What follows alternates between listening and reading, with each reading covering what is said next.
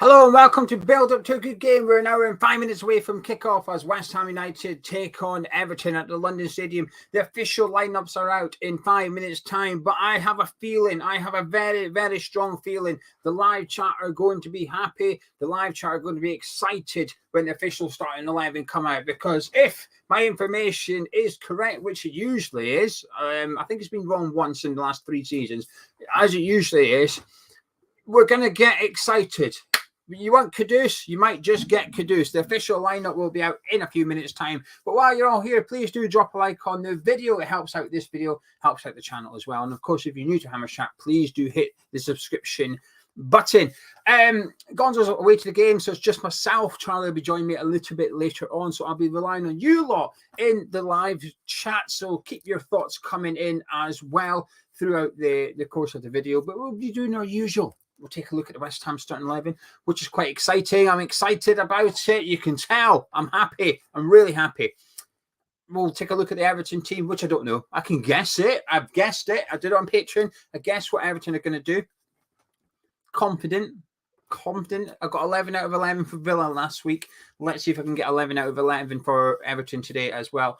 We'll do a little bet together, and if it wins, one of you guys will win the money. It's as simple as that. So while Gonzo's not here, normal routine, but let's just say, Steve, you could be correct. Liam, you could be correct. Ali, you could be correct. We'll get the official lineups, but it looks like Kaylee, it looks like you're going to be happy. You say you're going to be happy. Kudus starts. Looks like you're going to be happy. Now, I just hope that the official lineups is actually right.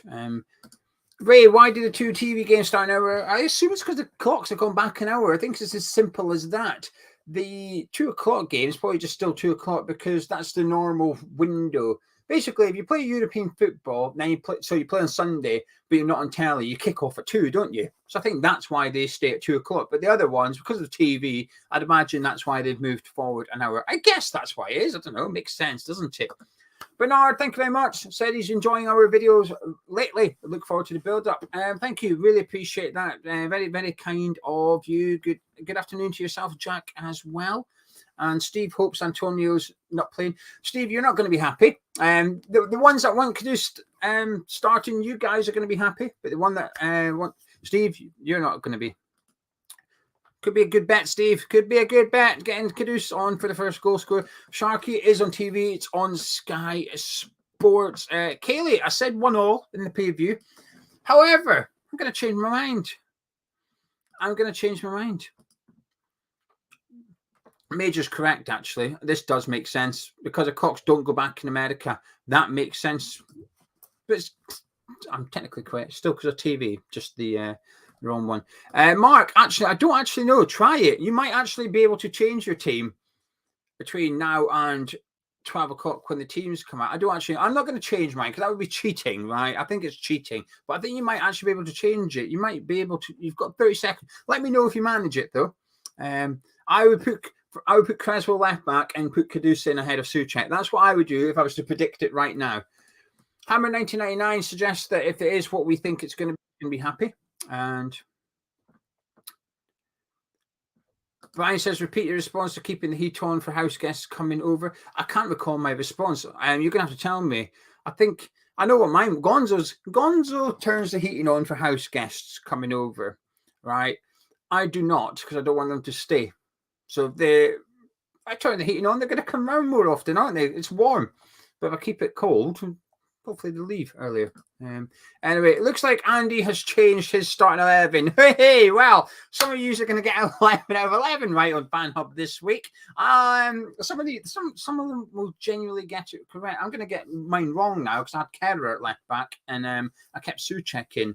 So I've got 9 out of 11 correct. Should the 11 be what we think? But Andy's took advantage of the unofficial lineup, if you like. The official lineup will be out in about 30 seconds time, but can I just remind you to please do drop a like on this video. If you're a patron, you've got half an hour to log into Patreon and get your prediction in. We've got a prediction competition on there. one overall winner, guess the score, guess the correct first goal scorer of the game. All winners going to bowl. Someone wins an overall prize, depending on what tier you're subscribed to, depends on what your prize is. However, we're going big for the Arsenal game this week. If an addict wins the prediction competition for the Arsenal game, they will win a signed Edson Alvarez West Ham shirt. More to come on that, but it'll be live tomorrow. Anyway, the West Ham team should be out. Let me have a little look. Here we go. This is the official West Ham lineup, and I think we're going to see some happy people in the live chat. In goal, we've got Alphonse Areola with a back four of Vladimir Soufal, Kurt Zouma, Naif Gerd, and Aaron Creswell comes in at left back. Emerson is, of course, suspended. James Ward-Prowse partners Edson Alvarez in midfield. Mikel Antonio is a striker in the attacking midfield trio of Jared Bowen, Lucas Paqueta, and Mohamed Kudus. There you go. How about that for a starting 11? I'm going to be honest with you. I'm buzzing. Be interesting to see what happens with Kudus and Paqueta. Who's on the left out of the two? Don't know. It could be Kudus, could be Paqueta. Truth be told, this is a really good starting 11 from David Moyes. I'm absolutely buzzing with it. Listen, Creswell left back, I wanted to see it. I understand why people have reservations about Aaron Creswell. I get why people don't want to see him there. However, I actually thought he did okay by and large last season. I thought he was all right. He kept Emerson out of the team for large parts of the season. When he dropped Emerson midway, post World Cup, he dropped Emerson, took Creswell back in. Our form picked up. Creswell racked up a couple of assists.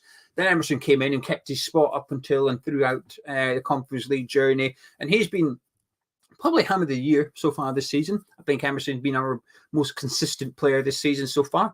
And he's going to be a big loss today. But I have hopes Creswell will do all right. He only needs to do okay. He doesn't have to be man of match. We're going to miss Emerson, regardless of who we play there. We could play Thilo Kehrer there, could play Ben Johnson there. We will miss Emerson. So I'm happy with Creswell.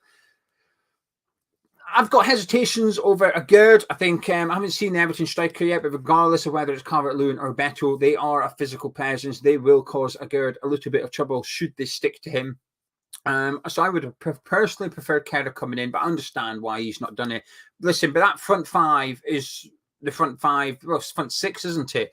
2 in midfield, the 3 attacking midfielders and striker. Delighted with it. I'm really happy. Antonio needs a good performance after last week's performance at Villa Park. I'm hopeful. I really like it. I really like what I'm seeing here. I'll get your thoughts in just a second, but that's the West Ham starting 11. No Emerson.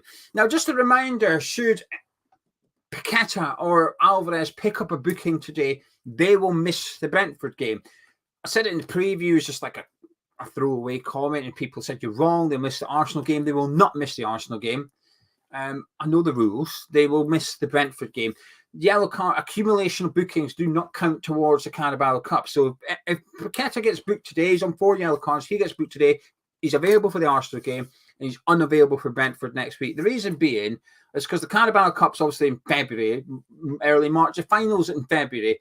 If someone picks up 10 yellow cards, which is possible in the Premier League, they miss 2 games. To miss the final will be a bit harsh for picking up 10 bookings in the Premier League, so they don't count it. Red cards count, so if someone gets sent off today, they will miss the Arsenal game.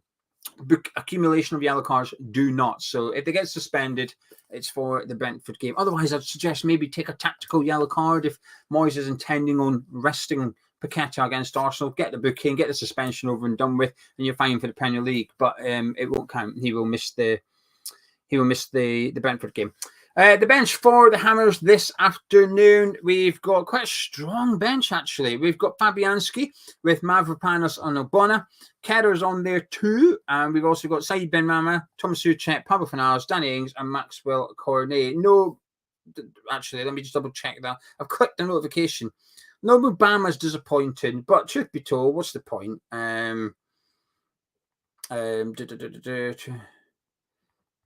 Sorry, I have to reply to a text. I had to reply to that text message. There we go. That is your West Ham bench this afternoon. No Ben Johnson, no Mubama. Can't think of anyone that's missing. Let's see, just checking the live chat. The live chat are good for this. They'll say, "Hey, hang on a minute."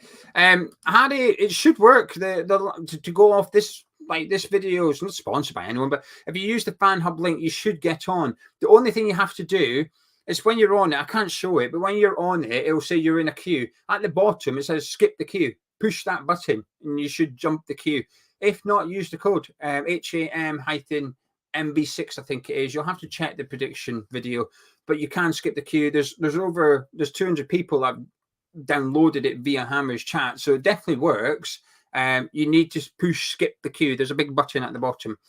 I get why he's left out Obama. He might as well. This is what I'm like Bill. I'm like Bill. Might as well leave Obama out. He's not going to use him, so might as well play for the under-21s. But this is the problem.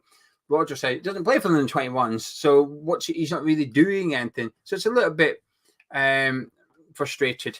It's now live in the live chat. The poll is live.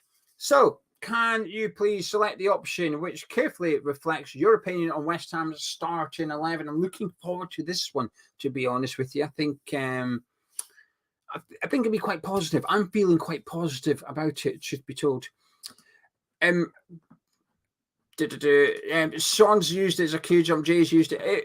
If it's working, Harry, email us and I'll put you in touch with Fan Hub and we'll get you queue jump. But it should work. But apologies if it hasn't. I'm not saying, don't want to say you're wrong. I'm just, some people don't know there's a button.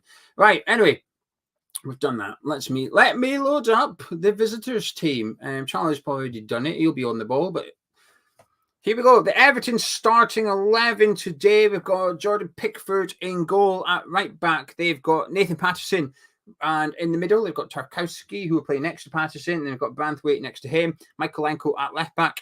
In midfield, they've got Onana and James Garner. Decore will be doing the running. He'll be the late arrival in the box with Harrison on the right, McNeil on the left, and Calvert-Lewin on up front. And that's 2 weeks in a row I've got the Everton starting. I say Everton's. Last week I got Villa starting 11. Bang on. Today I've got Everton starting 11, bang on. So yeah, no one really cares. I just wanted to big myself up. I wanted to feel good for about 10 seconds. I felt good for about 3 seconds. I felt a bit silly bragging. I know the Everton starting 11, but there you go. That's how Everton line up today. It'd be interesting who is on our left. I think I'm a big fan of Nathan Patterson. I think getting forward is really good, but defensively, I think he's there to be got at as well. I think Michaelenko's having quite a good season. I think Dyche has improved him quite a lot. Athletic midfield in there. Decore's runs will be something we need to keep an eye on. But the one good thing is the way that Everton play, how Villa exposed us last week by having Diaby and Zaniolo sort of in between the lines, as they call it, between the midfield and defence, but in between the lines is the phrase. In that bit, pocket of space, they kept coming up in there. The balls were getting put into them. We didn't know what to do with them. We couldn't cope. Everton don't really play like that. I think how Everton play, which is get the ball out to McNeil, get the ball out to Harrison, it might suit us a little bit. I think defensively, though, our fullbacks, Soufal's been a bit ropey one-on-ones. However, I'm not sure I fear McNeil as much as I fear Jeremy Doku, for example. Creswell will be up against Harrison. Arguably suits Creswell because Harrison will tend to cut in on his left foot, so that might actually help us out a little bit. Calvert-Lewin up front will probably cause Gerd a few problems physically. But listen, that's the team that we can expect from Everton. We know what Everton are about. We know what we're about. I've seen a few different versions of West Ham this season, so fingers crossed we're on the ball and we can. But this is not. Listen, I've seen the West Ham team and got excited. I've seen the Everton team and haven't got worried. So this is good. I've got more positive since the beginning of the show. Put it that way. Since I've done the preview, I've got a bit more hopeful for a West Ham win today. The bench for Everton, and then we'll start doing some discussions and have a little bet. The bench for the Toffees this afternoon, they've got Virginia on the bench alongside Michael Keane. They've also got Ben Godfrey. They've got Hunt as well as Idrissa Gana Gueye. They've also got Dobbin, Dan Juma, Chermity and Beto. That is the bench for Everton. So some experience on there. A couple of youngsters on the bench for Everton too. So 1, 2, 3, 4, 5, 6, 7, 8. Yeah, there's 9 players. They've all got short names. There's not many consonants or vowels used in the Everton bench this afternoon. So I thought they were maybe missing a player, but they're not. There's 9 players there. So they've got a full bench to choose from. And so that's your Everton 11 for this one. Right. Shall we do? We'll have a chit chat. Let's have a chit chat. And then I'll put a little bet together. and we shall continue with our chit chat. So get your thoughts in to the lineup, please. Don't put your score predictions in. You can put them in if you want. I'm just not going to click on them. But get your thoughts in about the West Ham team, the Everton team, any big hopes or worries that you have. Whatever you're thinking, your opinions, not your predictions, your opinions. Get your opinions in. Chase says, Souček, great to bring on in the 70th minute if needed. Hang on, I need to... This is very unprofessional, I know, but usually Gonzo's here, so I can send a text when Gonzo's here. He's not here, so anyway, there you go. Hopefully that's it done. Souček is great to bring on in the 70th minute if needed. Paqueta needs to be present today. Andrew said we've had height, Skamaka and Haller. Souček scores more with his head, but I see where you're coming from. Oh, it might be in reply in reference to Che. Sharky said it's a good lineup, and John says, put the last couple of matches behind us and go straight on. I think if we win, I did my video on Friday, and this is what I was trying to say. Results-wise, it's very easy to sort of... I don't know. Anyway, right. I'm not texting anymore. They know I'm live. Stop bothering me. Right. Results-wise, it's easy to put the last week behind us. We win today. We get something at Brentford, and we beat Olympiacos at London Stadium. Suddenly, we're in the top 7. I mean, Everton. Newcastle dropped points yesterday. We win today. We've got equal points with Newcastle. And I think Newcastle's a fair barometer. If we are within 2 points of Newcastle on match day 30, I'm going to say we've had a good season. I don't know where Newcastle are going to finish, but I expect them to be in the top 6 or 7 in the Premier League. So we're within a handful of points. We've had a good year. So at the minute, win today, we're equal points with Newcastle. That would suggest that we're on track for a good season. Beat Olympiacos, we're top of the group. We stay top of the group. We've got 1 foot in the next round. Which one that is, the playoff one, or we'll go straight through. We'll have to wait and see.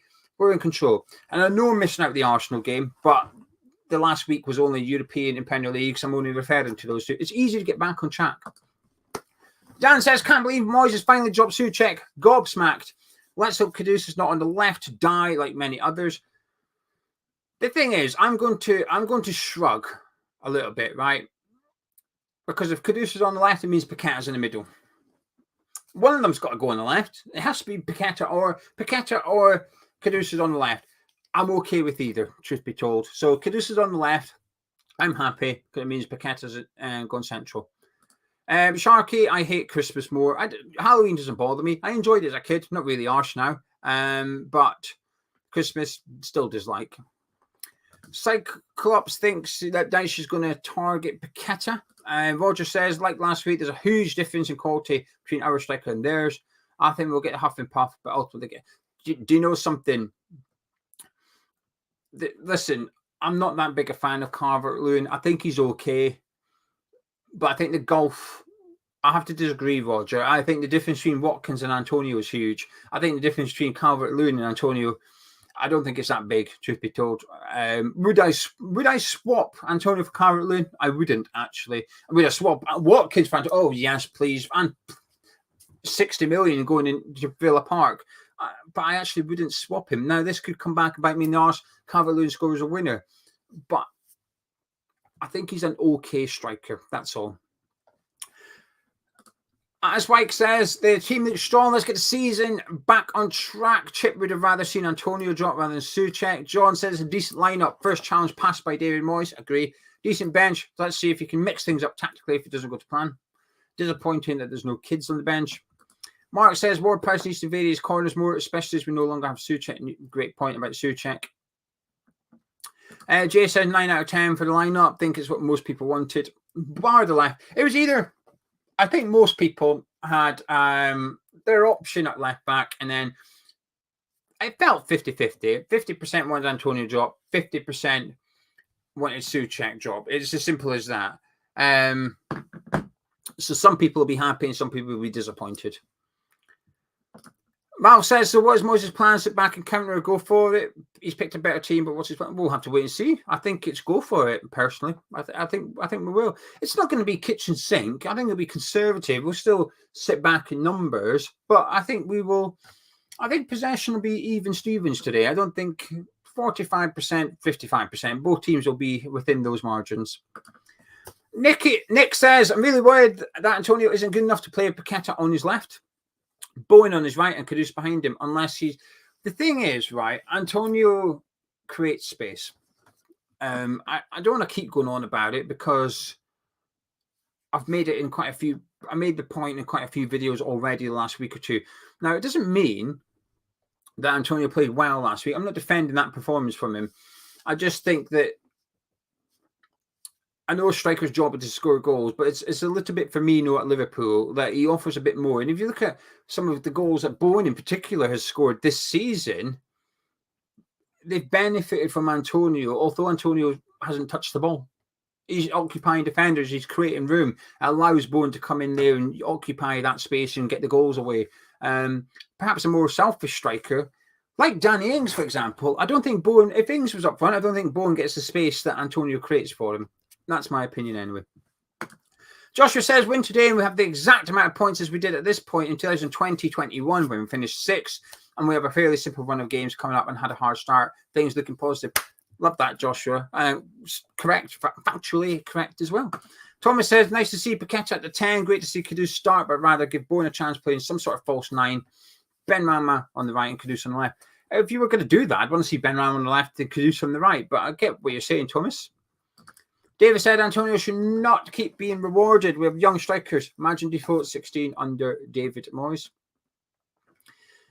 Whilst I've just defended Antonio, I will agree with that comment though, David. Mark said, I think 3 behind Antonio should be allowed to I think they will. Maybe not Bowen, but I think Paqueta and I think they will. Johnny, Charlie is about... I tell you what, Johnny, Charlie, that tracker thing, that's Charlie, right? I don't click buttons. This is bad because Charlie might not be at the computer just now because he's set it up. But if I was to say, here's the West Ham bench, it might pop up on your screen in the next 10 seconds and I'm not moving my hands. Now, Charlie might not be at his computer and therefore I'm going to look a little bit stupid saying that. And he's not at his computer. Brilliant. Well done, Gio. But Charlie does all that. He doesn't just do the watch along. He does all the moving parts and whatever. Crikey, Andrew said the bet should include a hat trick from someone. Because, thank you for that, because I forgot all about it. I was getting into the live chat. Trying to see a comment because... Oh, for God's sake. Sharky says, sorry to hear that, Dean. I thought it was a sad emoji. I didn't see the wink. So I thought, oh, Dean's posted something sad. I thought something happened so I could, wish him well. Hope things improve for him. So I scrolled back thinking, where's Dean's comment? What's wrong with Dean? I found it. The mother-in-law's over all weekend. I mean, I sympathise with him, but Sharky got me worried there, and it's worse than what I thought it was. The mother-in-law was over. Tony said it could be Bowen up front, Antonio on the left, and Kudus on the... It's not, Tony. It's not. Like, I'm willing to bet anything it's Antonio up front. We know David Moyes. I get it. It'd be interesting. It'd be a little bit of fun if he did something like that. Nah. Just don't see it at all. Jay says, I think Paqueta's better on the left if we've seen it, and he's still rather effective, really effective, rather. Hope Kudus plays central, or rather, I hope they all switch around. The thing with Paqueta on the left, he's actually statistically probably been performing better. The one thing I will say is I think he takes advantage of the overload in the middle of the pitch. So when he does do his through ball or whatever, he's actually probably more likely to be in field rather than out on the left. He's not taking on his fullback, is he? But he's taking advantage of it being out on the left. He goes wandering. We create the overload in the middle of the park, which isn't something every team does. Villa did it, to be fair. Alan says Kudus is good with his head. Agree. Very underrated. Very underrated. I think Paqueta's good with his head as well, by the way. I think Paqueta's underrated at his heading. David loves the lineup. Really excited for the game now. We'll take the win no matter how it comes. We'd love a nice 3-4. I agree. I'm excited. I am excited. Jason, I just said exactly that. I don't know. But what I just said. See, I'm behind on the live chat. This is a problem. So when you say stuff like this without context, I struggle a little bit. Anyway, right, let's see what you're all saying. Let me try and skip a little bit. Dean says, I'm surviving barely. Apparently I'm going very grey, put on weight. Hey, join the club. I'm putting on weight, going a little bit greyish. And receding hairline. Yeah, getting old. Right, bedtime. Gonzo's not here. How much shall we try and win? Maybe 100 quid. Let's try and win someone 100 quid. So we need a 20 to 1. Because of the lineup, we're putting West Ham to win. Even money. Quite a good price, I think, all things considered. I always like a Jared Bowen 2 shots. You always get some decent... Oh, they took the odds down, the cheeky swines. Right, Bowen to have 2 shots. Decoy to have 2 shots. He's always in the box. There we go. Both teams to get a booking. Yes. These odds aren't very good. We need something. I'm looking at the live chat now. Both teams to score, some people are suggesting. Should we go for both teams to score? Are people agreeing with what Lewis is saying? Are we doing it?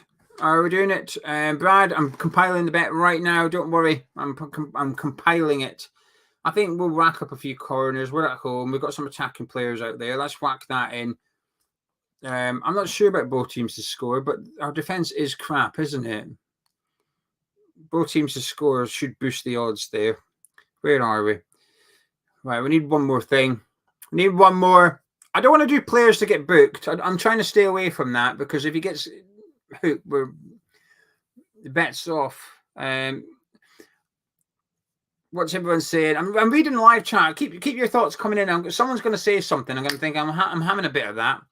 That's it. I've seen it. I've seen it. I've seen what I like. Oh, of course, the odds go down as I'm placing the bet. I'm going to have to do 2. I'm going to have to do it twice. That's all right. Right, 130 quid. 130 pounds. Thank you very much to this person.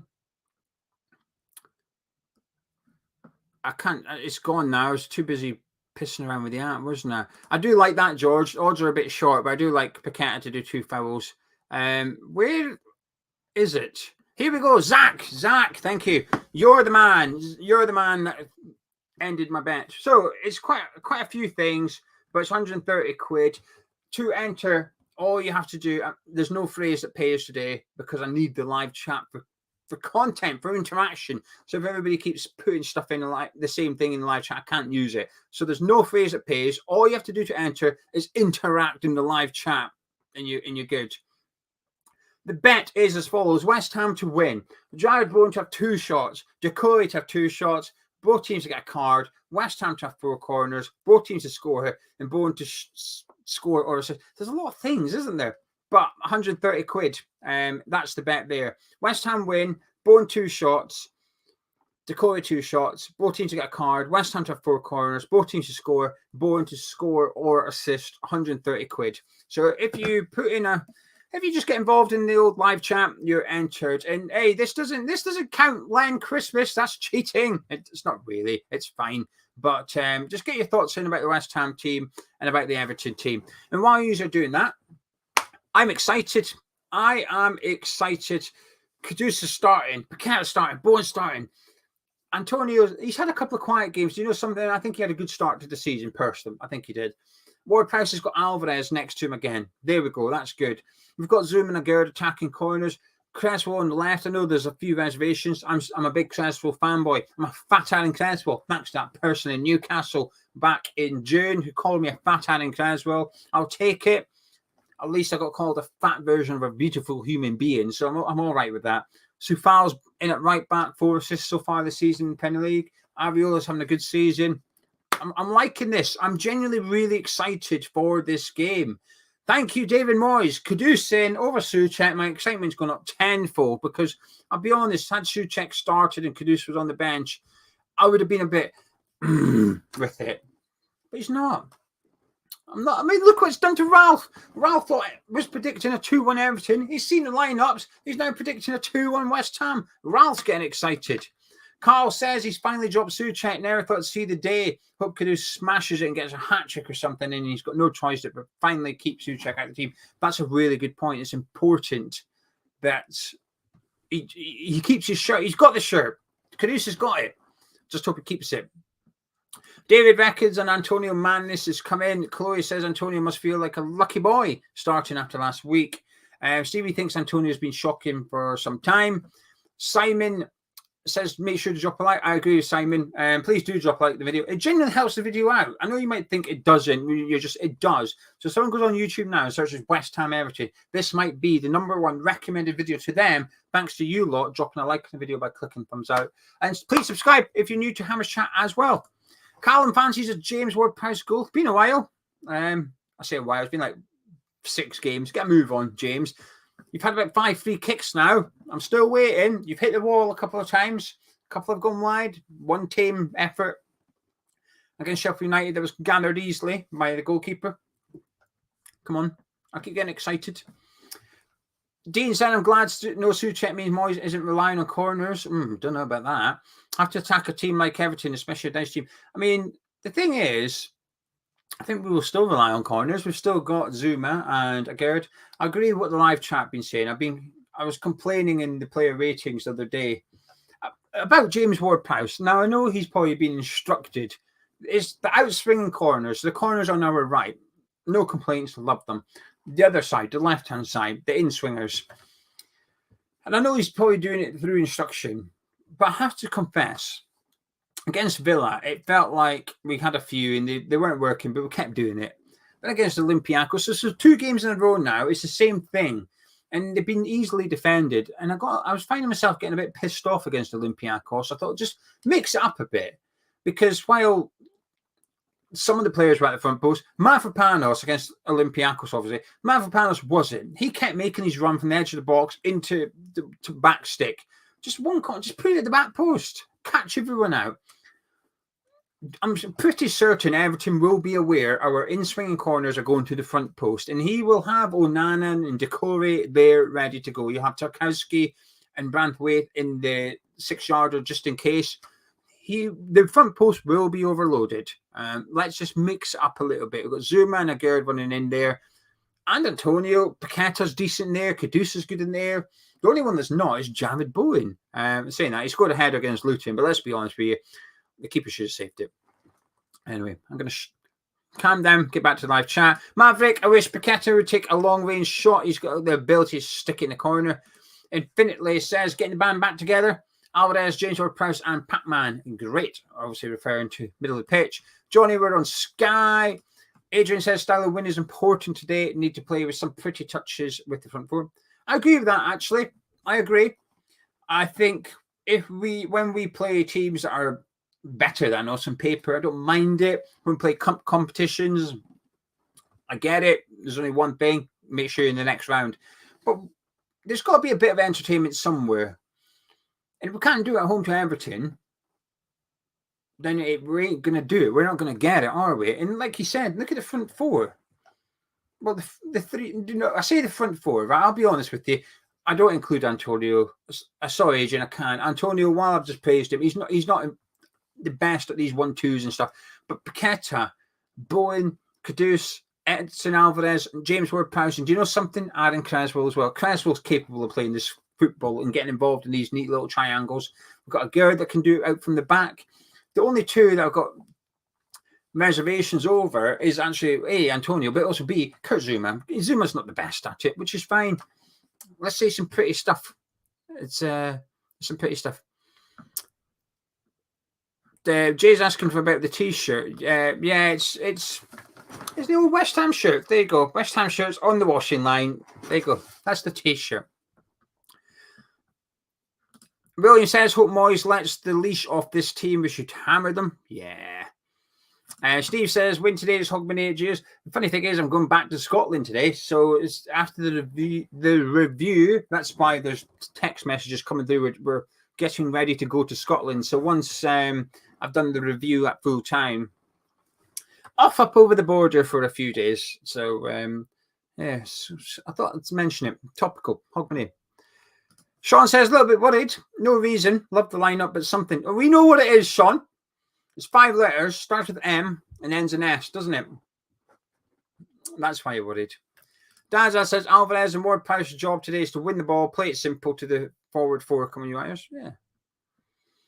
Rolling says, I need to up my hair game. I know, but I think some days his hair looks really good, but sometimes it's too brushed. Does that make sense? I don't like it as formal as Creswell. I like it being a bit rougher. That's my excuse. Anyway. Chloe's looking forward to seeing Kudus start out. I think Caswell's rubbish as a defender. Badger reckons Kudus is getting sent off. Barry said, very happy with the lineup except Caswell. Rather Cornet there or Johnson, but I'm glad Kudus is playing up front. I'm not sure he is. I think he'll be on the left, but I get what you're saying. And Paqueta in the 10. Pete reckons it's Ward-Prowse time. It's going to happen eventually, doesn't it? If you're in the live chat and keep every week, I'm not saying you do this, Pete, but say Ward-Prowse free kick today, you'll eventually be right. Stephen says Kudus starting is exciting. Let's hope Kudus turns it on. And Paul is an Everton fan, but he fancies West Ham to win. So there you go. There you go. You've got an Evertonian reckon they're going to win today as well. Johnny says he won't score a free kick for us. It's the West Ham way. There is something very West Ham about that, and I don't like it. I never even considered it until you said. I think it's because I'm confident, and Ward-Prowse will score a free kick, but also I'm confident Ward-Prowse will be here for a few seasons yet. So we're going to see one. Stevie says his free kicks have been woeful and his corners have been below par. I think his corners are fine. I'm quite confident that he's instructed to keep playing in that front post. So his deliveries are actually where it's meant to go. It's the people in the box moving. They all crowd the goalkeeper and then don't get out. They just stand there. So fingers crossed we mix it up a little bit. Badger says, how many times will Paqueta jump up and fall over his arm today? I'm hoping he's cuts that out. He's still doing it, isn't he? Hammer Boy agrees with the corners.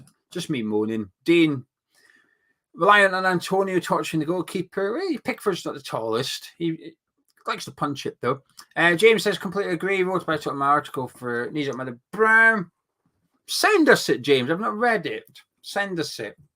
I'll be honest with you, I don't always read, not Knees Up Mother Brown, just any blogging site, to be fair. I've tried to, social media cleanse myself in the last 12 months. It feels really wokey, that, doesn't it? I'm sorry, everyone. I listen to music more often than I used to now. That's maybe a better way of saying it. Anyway, Carl says, only worry I have is Dyche and Moyes are very similar. I hope the players we have on the pitch are some nice free-flowing football, and Moyes trusts them to play their game. Great. Carl says Paqueta hasn't scored an open play in the league this year. Did not know that.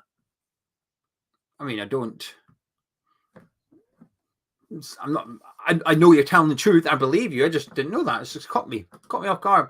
Michael Levy Jr. says I'm as reliable as Caswell's hair gel. It is pretty good, isn't it? Even when it rains, it's still pretty good. I think it's cement. I think he uses cement. Fred says he hopes he proves him wrong, but Caswell is a weak link. Don't worry, Fred. Do you know when people say I'm worried about this, I assume when it's a negative opinion, I assume everybody wants to be wrong. So someone says, I think we'll lose today. I don't think they want to be right. I just assume you want to be wrong, West Ham to win. So don't worry. If you say Caswell's a weak link, that's fine. I just assume that you want to be proven wrong by Aaron Caswell. At the end of the day, it's up to Aaron Caswell. Eddie says, my only concern is fitness of Caswell versus Harrison. I hope to see an attacking display. Tara says, if I rejoin Patreon, do I get my mug this time? What mug? I don't know. Email us. All you have to do was, you're responsible for your mug, by the way. I don't send it to you. You have to order it in June or July with the code you're given, and you get it for free. You're responsible for ordering your mug, not me. You must have missed the post on Patreon in the summer. Don't blame me, Tazzy boy. Anyway, you get a mug in June or July. I say a mug, it's a free gift. This year, it wasn't a mug. This year, it was the Player Ratings book and a coaster of choice. That was the free gift in June, July. So even a mug, Taz. Wrong item. That was last year's one. The West Ham Masters mug was free for the addicts last year. John says, need a win, if only to shut the whingers up. It stops them watching some of us. I like moaning. Everyone likes moaning. It's therapy. Dean says, won't lie, I shed a tear watching Dawson smashing it. Oh, he was good, weren't he? He was good. Booting Callum Wilson around the Molineux. He was good. I enjoyed watching that game as well. Email us, Taz. Email us. If you were an addict and you missed it, then anyway. Brian, he's finally telling me what I said about the heating. Brian, you said this at the start of the stream. Where have you been the last half an hour? Anyway, he said my response was keeping the heating on for the guests was fuck that shit. It's still my response. Bring a jumper. Anyway, it's time for Bevo. How you doing? Hello. I'm right. Who's on this setting? Give it a that. There we go. There we go. I'm right. You? Yes, I'm excited, Charlie. We got Caduce. Yeah. I think it's one of those ones where it's like, at what cost? But yeah. I can't act like from a. I mean, this is something I said on the Watchalong the other day. I'm really happy he's playing alongside Ward-Prowse because I think he is the best chance we're gonna get of getting free kicks in Ward-Prowse territory is Kudus. Doesn't matter whether he's playing on the left, on the right, or in the centre. Him getting on the ball and storming into those areas is the best chance we're going to get. Because otherwise, we're a bit too fancy for that. You stole that opinion from me. I can't remember when I did it. When I came on, you said you made a really good point about that. Kudus winning free kicks and stuff. Thank you. I'm going to say I didn't steal it from you because I'll tell you why. Because whenever I know, maybe I did, but consciously, whenever I know I'm stealing something from you, I give you credit even when you're not there. I'm winding you up, Bevo. Even when you're not there. And most of the time, I even say, I hate giving Gio credit, but he deserves it in this case. Ooh. So you don't give me credit very often, so it must have been a really good opinion I had that day. Yeah, Peter, there is no phrase that pays. You must have joined late. Where have you been? Where were you 10 minutes ago, Peter? You know how to enter. I'm not telling you now. Lovely. She's taken on a very. So obviously, I went away after I did the thing and started to get ready and. Because do you know what happened when you were away? Someone said, "Is Charlie here for the watch along?" I said, "Hang on a minute. Charlie doesn't just do the watch along.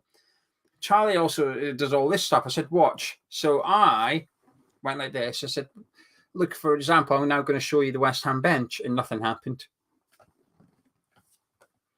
Yeah. So either you were away or you were there pissing yourself. It was one of the two. No, that would have been funny. But once you start doing the bet, that's when I start getting my side ready so I can have the graphics and all that sort of stuff. I know. The beginning bit, I'm there, I'm typing and I'm doing the clicking bit. But the second, because usually, again, when Gonzo's here, you have time to where if someone says something, you do it and Gonzo's talking. So I just I'll do the bet. I'll do the bet again before I go. I'll tell you what the bet is and I'll tell you how to enter. So if you haven't already entered, I'll tell you how to enter. But before I do that, first of all, like the video. Second, make sure you subscribe. Because if you haven't subscribed and you win, and I see you've not subscribed, you ain't getting the money. I'm keeping it. Simple as that. So you've got to be subscribed. But second of all, this is the bet. It's quite long. I'm quite confident, Charlie. Mm-hmm. All right, I feel good. When Gonzo's not here, I feel like the bet is going to win. Right, so I think this is winning today. West Ham to win. Yes, you agreeing? Okay. Yeah. Going to have 2 shots. Just don't have to hit the target. Just shots. Yeah, that feels likely. Decore 2 shots. To have 2. Yeah, again, that feels likely. We'll end up compacting. They'll get into that space. Like, yeah, I can see that. 4 teams to get a card.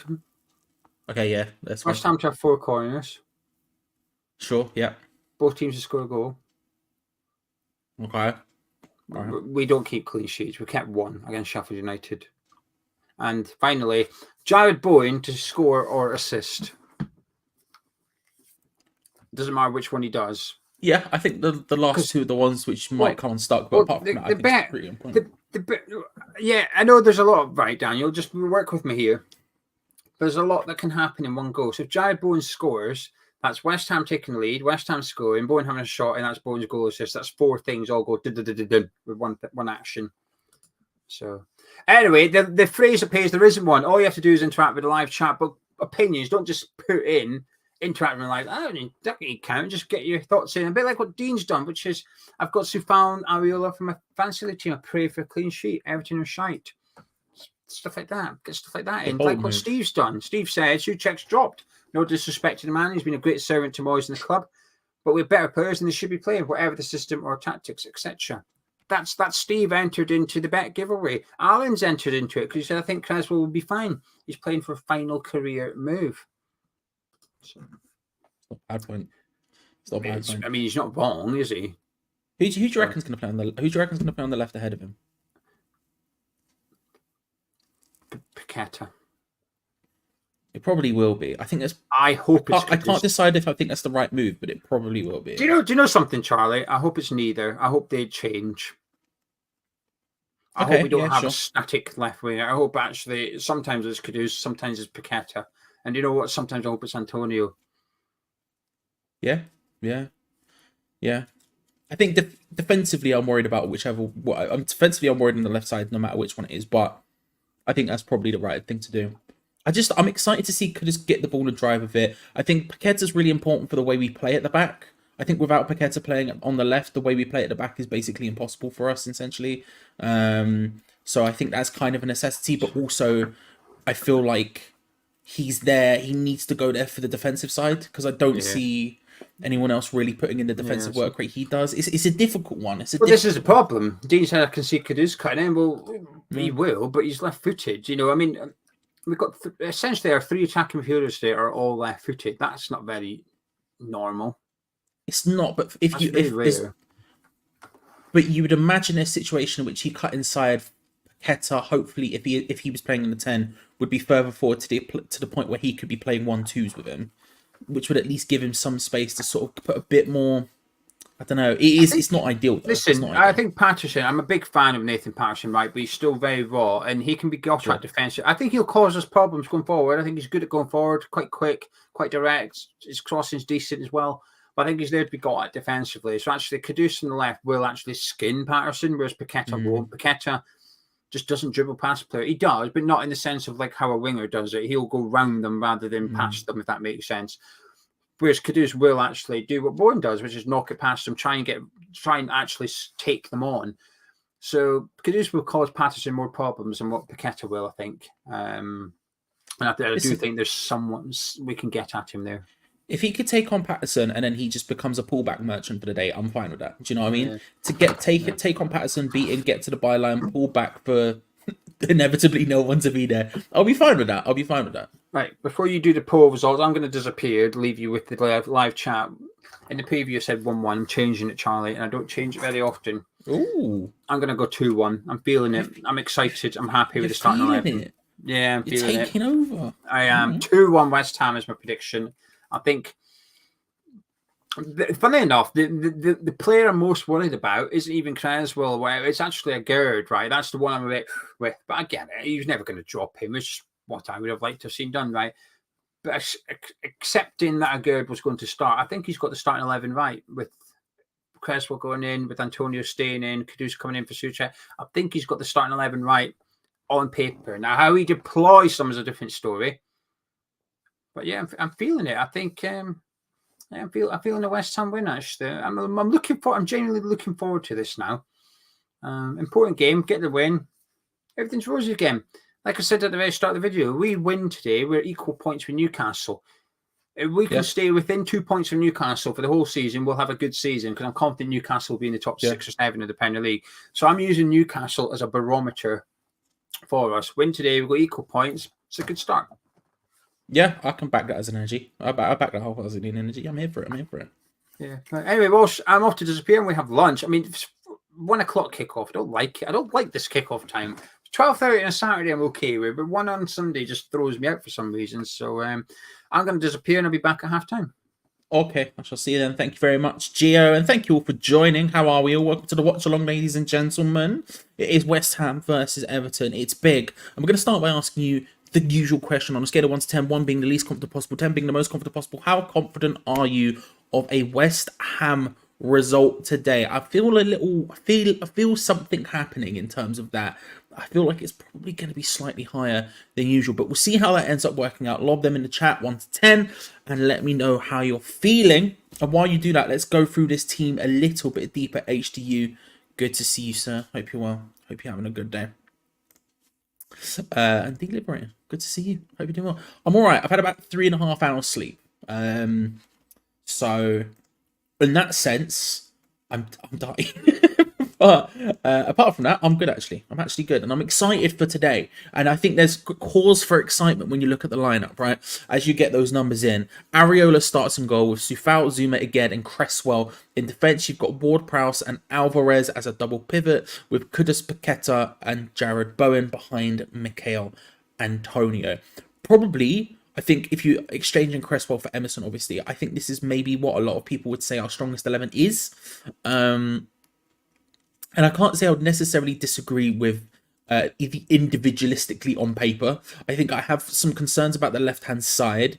I haven't been one who's been calling for Kudus to start. I love the idea of having him as a sort of impact player, but he was going to have to start at some point, and the idea of him being dropped, him coming in for Souček, like I say, is exciting because that means we win free kicks in good positions for James Ward-Prowse, hopefully, and it's a really good opportunity for him. I don't know whether he's playing on the left or not. That's my big concern, is who's playing on the left, on the left wing specifically, because I'm not convinced by Cresswell this season in any way, shape or form.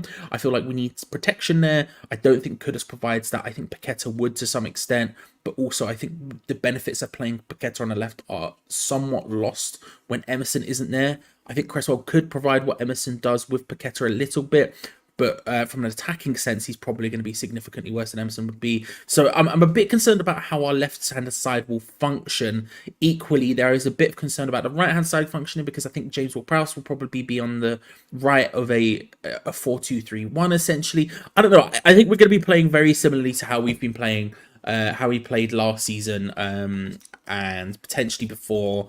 I feel like maybe Kudus just coming in as essentially a Jesse Lingard type, but significantly better, is probably the best case scenario here, which is a shame because I don't think it makes the best out of Paqueta. But I do think it's probably the right option.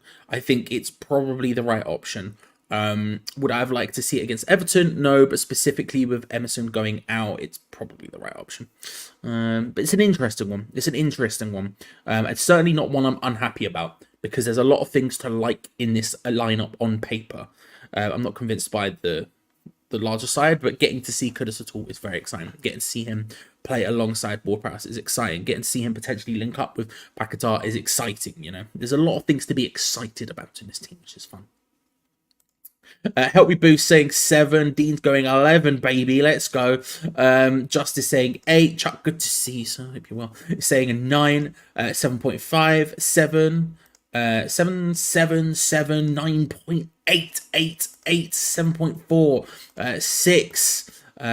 North Idaho. Yes, I'm rocking the Idaho today. The ID. We're here. And I hope the snowstorm does not affect me too much, although I've not got high hopes. 8, 5, 5, 3.14. HDU going for a solid pie there. 6, 7.5, 9, 8, 8, 4, 8, 7. Like I say, it probably was always going to be this sort of vibe. I've just seen what Jeff says, over 300 likes before the game starts. Is that a record? We've had 300 before it starts before, but this is very early for a 300. Let me see. Where are we at? Let's end the poll while we're here.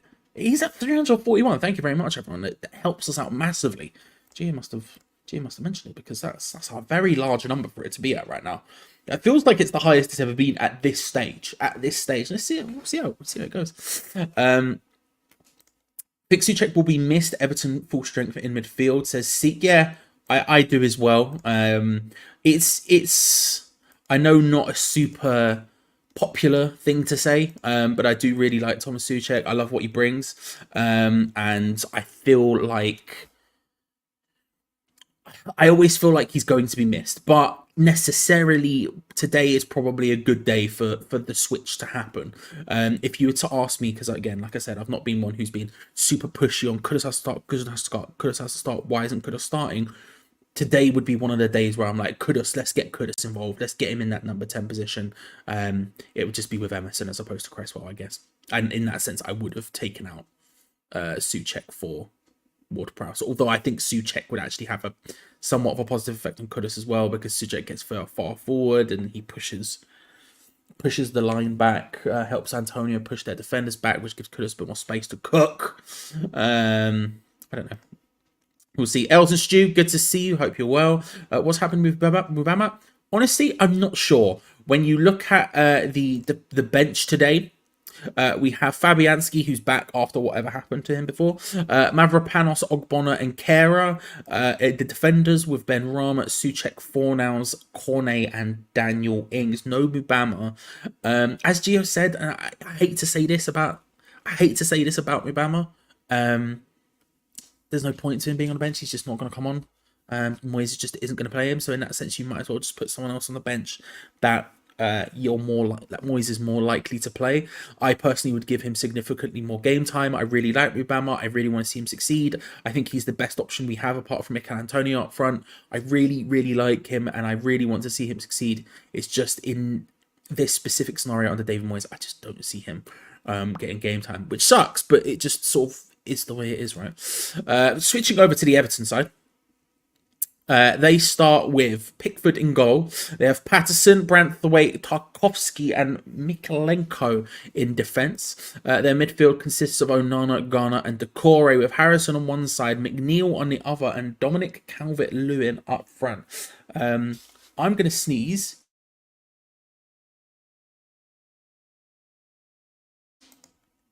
Bless me. Should have got tissues before again. I'm a bigger fan of Dominic Calvert-Lewin than Gio is. Gio's never been super convinced by him. I like him a lot, although I will say since his last couple of big injuries, I think his performance levels have dropped somewhat. But on his day, he's a very dangerous player. I really like McNeil and Harrison. I think that midfield three is interesting. Onana probably not hitting the levels he was last year necessarily, but Decore has seemingly be doing well. I don't know. It's a strong team. And I'll be interested to see how it ends up working out. I don't know yet. I don't necessarily know, but I'll be interested. Their bench, Virginia, Keane, Godfrey, Hunt, Garner, Dobbin, and Danjuma, which are Mitty and Beto. Beto seemed very excited when he first came. There was a lot of... He seems, I don't know, he felt very Moyesian up front when he first came, but... Yeah, I don't know what's happened to him since. Not really happening. What's the double pivot, says Stevie B? The two in a 4-2-3-1. So your two defensive midfielders, if you want to put it in that sense, in a 4-2-3-1. Little double pivot, a little cheeky double pivot, you know. Depending on how they play, it's probably not so much of a double pivot with us, given Alvarez is pretty much the guy, and then Ward-Prowse goes. So you're not really getting the other side of the double pivot necessarily. But Kervin saying strong 8. Stu, good to see you, sir. He's saying strong 8. Cresswell on goal says Foxes stress.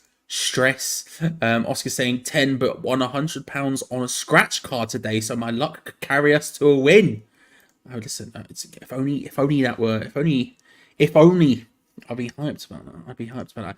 Gonzo is at the game pool. At least that's what Gio said earlier, I think, to me. Although I'm, like I said, on 3.5 hours sleep, I don't necessarily remember the numbers. 8, it would be a 9 with Emerson suspended. Yeah, this is what I'm saying. I think if Emerson was here, I'd be a bit more forcing through. So, for example, the poll, right? We asked you how you felt about the starting 11, and the results are, as you would expect, probably the strongest they've been all season. 1% were very unhappy, 3% were poor, which leaves us with a whopping 96% of people in the happy categories. 42% said it's fine, and 51% said very happy. I think the one thing that would push me into very happy territory would definitely be Emerson, but I can't really sit here and complain too much about it otherwise. Mulch might, let me see, can I do, no, I was going to see if my brain could start to do the maths, but again, 3.5 hours sleep, did study maths, did work in finance, was never going to happen. Mulch might, by the way, the person who did this lovely graphic, if you are looking for a way to watch the game, there are definitely ways you can do it. You can scroll down to the link in the description below. There's a bit there called join our Discord. Lovely Hammers Chat West Ham community. However, if you scroll down on the left hand side, what's more important is there is a bit there called stream links, in which you'll probably find what you're looking for. Mulch might made that graphic, so if you haven't already, give him all the props, or give them all the props, actually I should say. But I hope you're good, Mulch, bro. Elson Stew saying 9. 6 says AS. 6.9. Good see Sat. If you haven't already subscribed to the Porcupine, Sat does beautiful things. A 2-span is a legend, Sat. Bit iffy, but only back up something. Okay, good. I may be calling upon you at some point, being like, fix my aerial. Or Fido TV network, screw me. Numbers wise, though, we've done really well. I think it's about where I thought it was going to be. I thought it was about where it was going to be. You know, a lot of upper talk. I didn't watch it. I watched all the responses to it, but I didn't actually watch it. I didn't actually watch it. I sort of felt what was going to happen was going to happen. I don't know. I just felt it was probably going to go the distance. I don't know why. I just felt like Fury wouldn't take it seriously. But yeah, I'm not super. When it comes to boxing, I'm not a super big fan. I'm about as plastic as they come. I'm about as plastic as they come, I should say. But yeah, I've watched lots of reactions to it. Matt, good to see you, sir. Good to see you. Hope you're well. Hope things are good. Risky and Ridicule, ladies and gentlemen. I've been listening to some of their music literally yesterday to get me through when I was editing incredibly late nights. And I tell you what, that does the job. It does. It gives you that vibe. It gives you that vim to get up and go. Good evening. It is evening, at least for me. Hopefully the baby boys are on. Stay on the bench. I hope so too. I believe we have them. Although I don't remember seeing them, but I haven't looked in the fridge today. Although I've got milk out for the tea, so I did at some point look at the fridge. However, yeah, I hope it's a vibe. I hope it's a vibe and that we don't need him. We've got about 5 minutes to go. Let's go straight to score predictions, shall we? We've spoken about both starting lineups. We've spoken about the benches. We've spoken about the effect that certain people could have on the team. Let's get those score predictions locked in. No more flipping, no more flopping, no more fence sitting. It's time to lock in. Lock them in, those final score predictions. We put them in the vault. We get them all in the time capsule. And we lock them in. Still don't know what that is, but I do it anyway. It's stolen from... It's definitely... What do you call it? It's definitely the old... I don't know if they still do it, but it's the old Easy Allies thing. But, you know. Period development, that's for sure. Yeah, this is what I've heard. Like I said, I didn't watch it, but this is what I heard.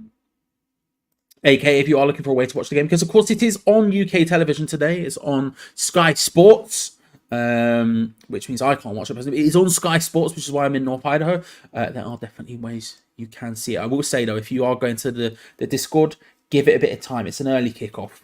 It's an early kickoff, and so the mods, they do great work, but they'll be getting there. But greetings from a very rainy Portugal, says AK. Love that vibe. It's not exactly... Oh, I don't know if it's raining here. I haven't actually opened the curtains, but it sounded like it was raining earlier. Who knows? Let's have a look at some of these score predictions. 2-1 to us. Tom's coming through for a solid 5. Tom, good to see you. 2-1, Bowen and Kudos goals. 2-0, 2-0, 1-0. Everton, says Talis. 1-1, 2-1 West Ham. Hopefully, says Stu. That's from a neutral standpoint as well. 3-1, 2-2, 3-1. Good to see you, my trustworthy friend. Trust me, I really want one. I'm really hungry. I'll have to message my girlfriend when she gets up and be like, do you want pizza? Now. 2-1, 3-1. Paqueta double Bowen consistency. 2-2, 3-1, 2-1, 2-1. 3-1 with a Kudos brace. That would be exciting. 6-1, 3-1, 1-1, 1 up, and Moyes subs Kudos for Suchek. Stress for the people. 8-0, says P Gats. P coming through with big movements. Everton will score 3-1 West Ham. 2-1 West Ham. 2-1 with a goal from Kudos. Melissa says, honestly, I'm not going to underestimate any team unless I'm learned from Olympiacos. I say it all the time. People underestimate teams, man. People have this tendency to just be out here underestimating teams. And I'm like, nah, you can't be doing it, especially in Europe. They earn their right to be there. Having said that today, I think a lot of the chat are saying a win for West Ham. And I don't necessarily... hamschat@gmail.com has, I think... It's in the description. Check in the description. It should be there. It used to be there. I don't know if Gio's changed that. But hammerschat@gmail.com is the address. Yeah, from the chat, it certainly seems like there's a lot of confidence levels coming through, which I respect. A lot of wins. I would probably back a win myself. I think it's going to be more difficult. I'm not convinced about the way we'll play, but I reckon it's ours for the taking. Playing at home against Everton the way they are currently, I would back a 2-1. I'll say that one. Henry, hey, I tuned in late. Hope you're doing well. Charlie, will be a good game today. Expecting a West Ham win at home. Come on, you irons. Thank you very much, Henry. Good to see you. Hope you're doing well as well, bro. Right, the game will be underway in a few moments' time. I am, of course, in North Idaho today because it is on Sky Sports. There is a timer, however, in the top corner to show you just how far behind you I will be, because there will be some form of a little bit of, there's going to be a little bit of lag, isn't there, the way it happens, you know, it gets passed down to over the sea, and then the internet and all that stuff is going to be ever so slightly slow. But there is a timer in the top corner which will say exactly how far behind you I am. I'm looking forward to this one. I can't act like I'm not. Like I say, I do have there is a bit of me that's a bit worried in certain aspects of the game, but I can't act like I'm not excited for this. Getting to see Kudos start is very exciting. Getting to see a lineup that includes basically all of the players that, if you were to write them down individualistically at least, what is our strongest lineup apart from Emerson, who's suspended today, this would probably be it. That makes this a very exciting game and a really good opportunity to see all of these people together, because if we are saying that this is our strongest 11, which again I don't disagree with, certainly on paper, then we're going to have to see it at some point, and we're going to want to see it more at some point, and this is a very good time for that to happen. A very, very good time indeed. It's going to be an interesting game to see how it ends up playing out, but it will be starting in just a few moments time. Ladies and gentlemen, if you're new around here, make sure to subscribe, because we do watch alongs as many games as possible. We're the most consistent over the last 4 years that there ever has been. We've been so insanely consistent this season. I've been a little bit all over the place with tonsillitis and illnesses and all that sort of nonsense, but in general, we are the most consistent out of everyone. It's kind of crazy. It's kind of crazy, and we hope to carry that on. So if you haven't already, make sure to subscribe, hit the bell notification button so you don't miss out on any future videos, because of course Gio will be live straight after this with his match review of the game. And then finally, like the video, because it helps us out a ginormous amount. It helps us out a huge amount. Actually, like the video, you'd be surprised. And we're almost at 400, right? Jesus Christ, I just clicked on it and we're almost at 400 already. We're at 394 right now, which is just balmy size-wise, balmy. Like I say, kickoff will be in just a moment's time. As I try to load up the North Idaho TV network. Hopefully we'll be in and around in a second. I can see David Moyes. I can see Sean Dyche, which is good. Feels like we're in the zone now, ladies and gentlemen. Feels like we're getting ready to kick off at the London Stadium. I'm getting a lot of those today. That's not fun. Really? Non-stop? Okay, well, we'll come back to that at some point, maybe. No, I should have. It would be smart to, right? Although I'm not one for intelligence, HDU. I will say that. I'm not one for forethought. Who wants to see two muscular men punch each other? Listen. That's my point. I'd rather see him do flips and jump off turnbuckles and dance and stuff. That's my vibe. Anyway, West Ham at 1-0. We're going to kick it off. Lucas Paquetá gets the game underway. Come on, you Irons. Deploy the boys. It's time to run two things indeed. West Ham United versus Everton in the Premier League at the London Stadium is underway. And instantaneously, them looking to try and switch it. Jack Harrison again covers that one, and Paquetá wins a throw, which will take, like I say, there's opening things. What are we looking for? Who's playing on the left-hand side? Arthur, good to see you, sir. Hope you're having a good day. Hope you're having a good one. We're looking for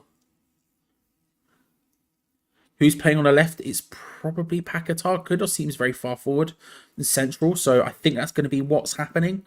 I would be surprised if it wasn't. What Gia said, I think is correct. I would be surprised if it wasn't. Big game for Kudos in that sense. Big games. It's good to know.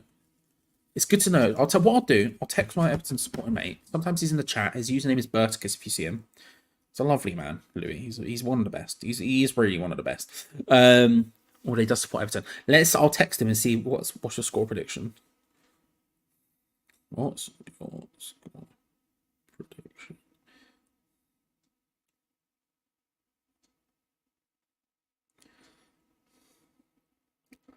Right, I'm texting what's his score prediction.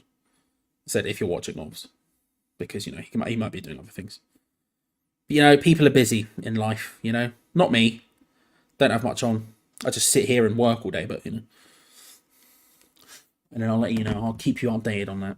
Right, for an Everton perspective. Antonio does really well there, tries to slot through Jared Bowen. It was even better, a fantastic pass to make that work, but he does well to get deep. Be interested to see how far forward Kudus gets. Like I say, out of that front three, you're going to expect he's going to have to be the most far forward. Deflects a little bit, Curtis Zuma steps in and does well there. James Ward-Prowse, who's on the left-hand side of the two. So we do have Paquetá on the left. That is definitely happening. It is Paquetá on the left wing, and in that double pivot, it seems to be James Ward-Prowse on the left and Alvarez on the right, which is actually probably the right idea. I think that's probably the right thing to do. That would be my gut feeling, anyways. That is the right thing to do. Played back, Areola with a huge, just a monumental punt forward, and Keane just backheaders it towards Jordan Pickford.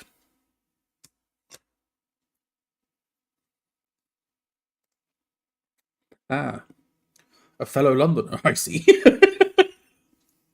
I saw a guy, right, the other day. He wasn't homeless, I don't think, but he was getting kicked out of the supermarket I was in. The big self-checkout bit. I was going towards that, and as I get there, there's a guy who's being kicked out of the shop by the security guard. And the security guard is just walking behind him as the guy walks slowly towards the door. And every 2 meters or so, or every 5 meters or so, the guy would turn around and shout something at the security guard. Right? And I see this as I'm approaching. I'm like, this is long. Oh, that's a nice ball down towards Antonio down the left-hand side. Tries to skip round. Can't quite manage it, but he's running the channels today. I tell you what, Antonio looking lively. That's good. Antonio looking lively. I don't necessarily think so either. I think today is going to be a big judgment day for a lot of people. And I'm like, oh god, I can't be asked for this. Like, as I'm approaching the aisles, I'm like, I just can't be bothered. This is going to be effort. And then as I get there, I get close enough to hear the guy turns around, and he goes.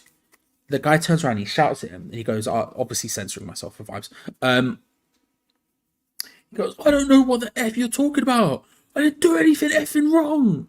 And then the security guard just looked at him and went, shut it, you absolute plonker. Like that. And I was like, whoa.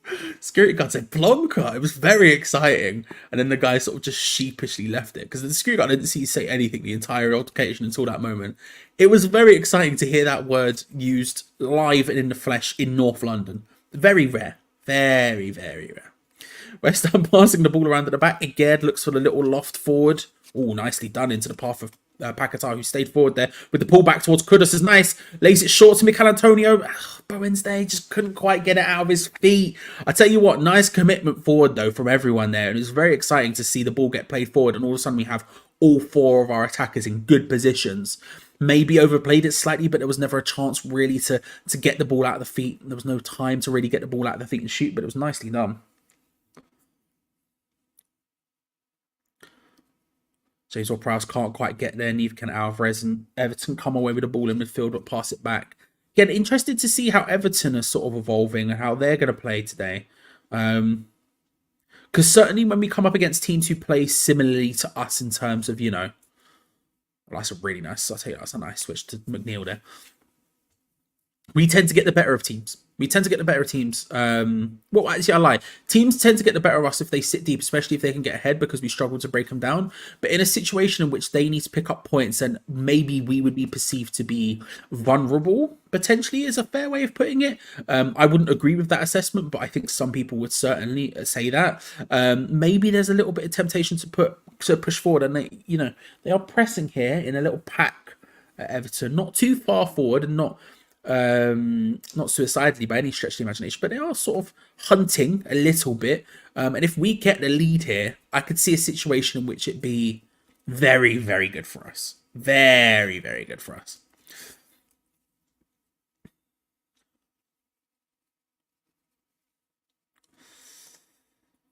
Yes, it is very early. Plonker. I actually mean Plonker. Dipstick. Donut. You absolute. It's like idiot. You know what I mean? It's like, you idiot. This was it's very early for me as well. Big 3.5 hours for me. Cresswell playing the ball forward, looking for Mikel Antonio. Nice little turn. Oh, does really well there to take on Nathan Patterson and beats him. Pull back. We're getting people in the box. What I was saying there about Kudus maybe taking on Patterson and being a pullback merchant if he was playing on the left. I tell you what was good to see there. Mikel Antonio took on his man. Oh, Alvarez, look at, yes, good sliding challenge. Alvarez just takes the ball and controls it. Kudus, nice first time, just controls the ball, gets it out to Jarrod Bowen quickly. Mikalenko does well there. We got people in the box. When Antonio did take it past Patterson and we did get the pullback, we had people in the box, which is nice to see. Good positions. If that's on this stream, then yes, that's a new thing for YouTube. YouTube have added like mid-roll ads during live streams. Gio's the one who sets it up, so he knows more about that stuff than I do. That's a new thing. Like Twitch has had it for ages and they've just added it on YouTube. Like a lot of it was automatic. So again, I'm not sure how it's set up properly. Gio would know more about it than I would, unfortunately, because I'm just not. I let Gio set it up. I just do everything else, you know. I don't. The actual setup of the stream, I'm never up early enough to do. So, you know.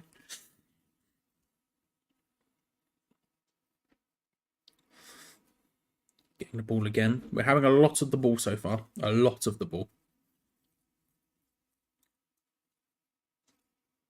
Zuma and again, passing it around a little bit cautiously. Back to Areola that time. Calvert-Lewin just making his presence known. Alvarez, nicely done into the path of Aged there. Controls it and we go forward. Paquetá and Aged linking up. Nice little 1-2. Aaron Cresswell starts his run. Aged plays it in nicely towards Kudus there.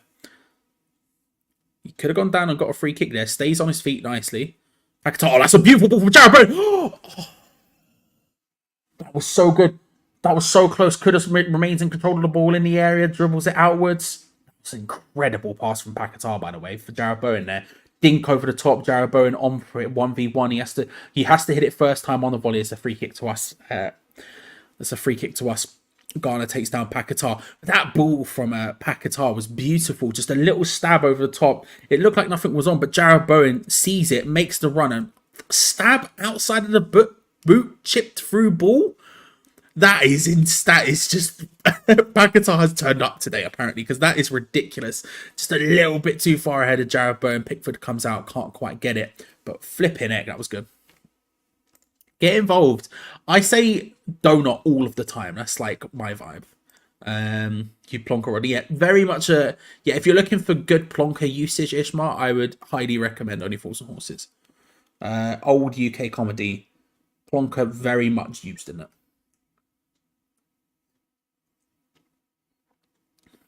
Here we go. Ward-Prowse with a free kick. Just on the left. Oh, Cresswell takes it instead. Oh. I tell you what, they looked a little bit shocked, and as was I. That was a beautiful thing. That was actually beautifully done. James Ward-Prowse just standing over it, and in that position, actually, you could argue Aaron Cresswell was the better option to take the free kick, and he just takes it just a beat earlier than you would expect. It's fun to see actually them both on the pitch at the same time for those sort of situations. Obviously, in shooting range, it's always going to be James Ward-Prowse, but in those sort of scenarios, it's actually quite fun to do. And now we're doing a double again. This is apparently a free kick, a routine we've got going on, because now at the corner we have Jarrod Bowen and James Ward-Prowse. Bowen whips it in. Can't quite hits the second man. It feels like Kurt Zuma was rising, couldn't quite be found. Kudus does well to control that one nicely. The ball in was maybe lacked a little bit to be desired. He gets back, can't quite find a pass the second time of asking, and away can come Everton. I tell you what, they've done well to keep control of the ball. They've done really well. Calvert-Lewin with a big ball over the top, looking for a former West Ham target. Onana. Sufal just covers him. McNeil falls over, and Alvarez tries to snip in ahead of him, and so does Jarrod Bowen. Beautifully done. Good work, West Ham. And then Jarrod Bowen, first time, looking to try and release Mikel Antonio quickly down the right, sorry, couldn't quite get there. Tell you what, he's running. Brentford's done well there, just running him out, but still. It is. I think the thing is with live streams is they're just less profitable than from a YouTuber perspective, I should say. Because let's be real. I strongly agree. I strongly agree with YouTube doesn't need more money, but from a YouTuber perspective, from a channel perspective, live streams don't really make that much money because you don't have ad rolls and you don't have mid rolls on them like you do a normal video. A normal video would make significantly more money. So a normal 8-minute long video would make significantly more money than a live stream would, because of the advert sort of thing. So I think that's probably part of the way to try and make that stuff up. But again, I don't. It's all much for muchness. It's all much for muchness, especially when it's just randomly interspersed. I don't know. It is what it is. Hope we don't pay for missing these early moments. Yeah. I think that's always the vibe because we're doing well so far. I would say we're doing very well so far. I'm very happy so far. 13 minutes in. It's one of those ones where it doesn't always come back and just go.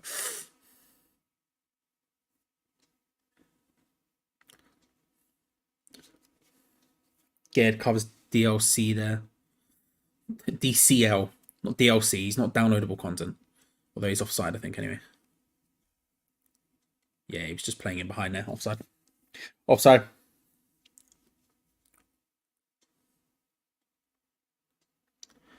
Yeah, he used to be pretty good at it. He used to be pretty good at it, to be fair. Like, and I don't think he's necessarily bad at it now. I don't think he's necessarily bad at it now. Gareth, I told you I had an extra dimension. It's fun to see that double thing. We seem to be having a little double. Seems to be having a little double. What's the word I'm looking for? Routine here. We have two people stepping up for each of the set pieces we've had. The free kick and the corner. We had two people standing over it. Just maybe to add a little bit of. I think that was one of the criticisms I had in the Olympiacos game. Well, Jared Bowen does well to battle for that one. Almost managed to snip in a second time. I think that's a good tackle. To be fair, there was a call from that corner for a free kick against Brentford. Whatever. I think it's done well. One of the problems I had against Olympiacos was it felt like we were putting the corner into the exact same space every single time. And it was frustrating me because I don't think it was particularly working and they sort of had it figured out and it was really, really predictable. So having just two people standing over these things, even though it's a small temporary measure and, you know, leaves us out numbers wise to some extent, I think it's quite a nice thing for that. Just long throw into the path of Zuma, heads straight into the hands of Pickford. Makes that interesting, makes it less predictable, which I'm here for.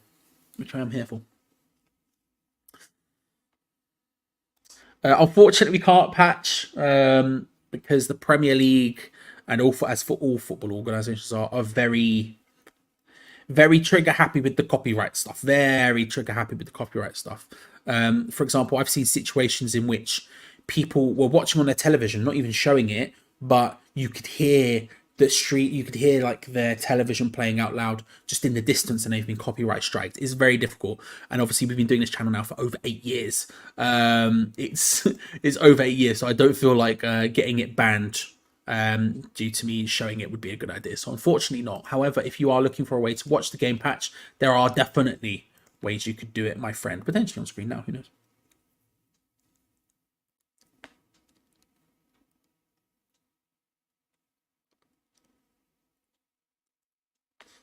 Cresswell to take the throw on the left-hand side. Antonio getting very heavily involved on the left, which actually is probably quite a good idea. With Kudus on the pitch, and with Kudus and Jared Bowen on the pitch, Kudus playing as the 10, Paquetá dropping deep to sort of get involved in build-up play, having Antonio moving across that left-hand side just to sort of be able to force play forward as well is probably quite a nice little element to our game.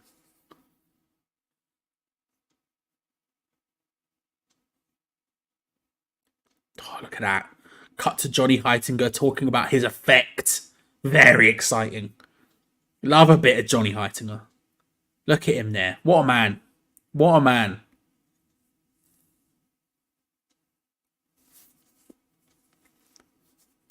Big ball forward from the free kick. Brantford gets his head onto it from an Everton perspective, looking to attack. Oh, Alvarez does really well there. Oh, Alvarez. Turn there, a little bit of a heavy touch, but I'll tell you what, the build up to it was beautiful. Lawrence, my friend, good to see you, sir. Hope you're well. Hope you're good. Hope Lexington is treating you well. About 50 seconds ahead. Well, that's not too bad. That's not too bad.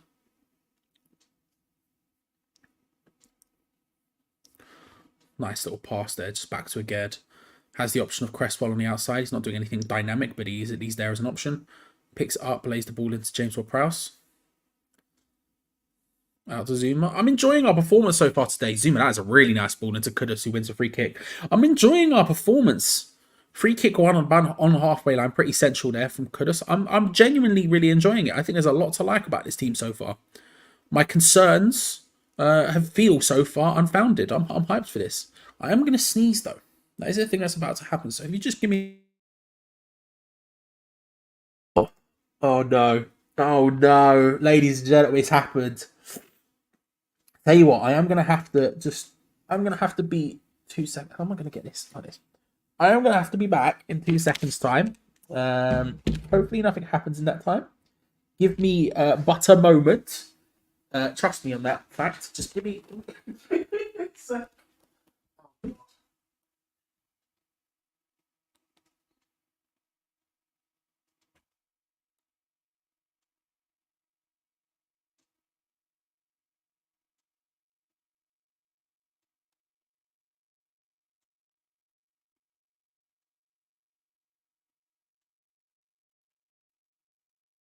Right, hello.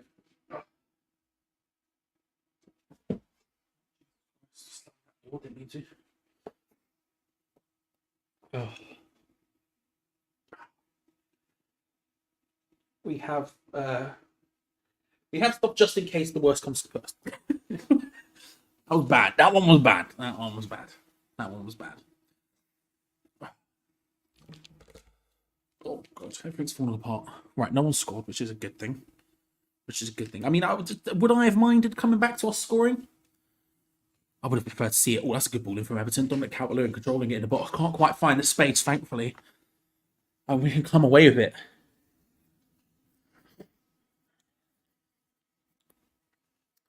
Bowen can't get away from McNeil there. Don't know what the referee's blown up for. Something. Oh, offside, because apparently they're not honest to do it at the exact same time now, which is a thing. Was it the ball into Calvert-Lewin? Yeah, when Calvert-Lewin just had the ball in the box, apparently he was offside. And we only found out about it that far back, so vibes.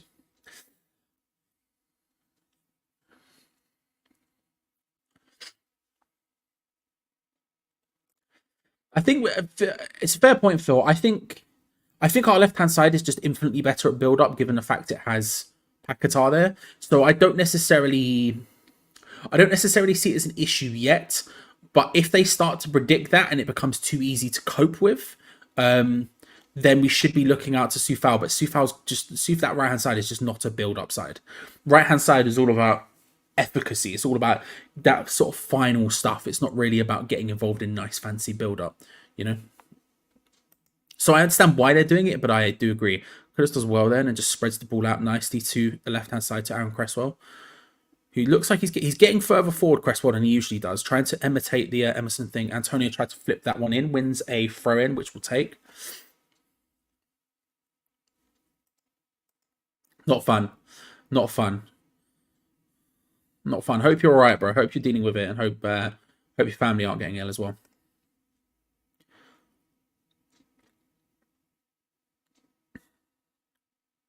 Oh, Paquetá doing really well there to keep that ball. Then goes down a little bit easy. Goes down doing the holding the ankle thing, and then gets up still holding the ankle as if it's a thing. I don't think it's probably just get out there. Played into the path of Mikel Antonio. Finds Alvarez. Cresswell. Alvarez going for the underlap here. Interestingly, committing forward. And Cresswell, poor pass. It's going to be a throw in. Just like to see you. It's Asuka, the WWE wrestler. She is my favorite. Well, one of my favorites. Anyway. She's an absolute G. What shirt was this? Third or fourth or something like that? I don't remember. One of two Asuka shirts I own because you got them back underneath. Todd, good to see you, sir. Hope you're doing well, bro. Hope you're doing good.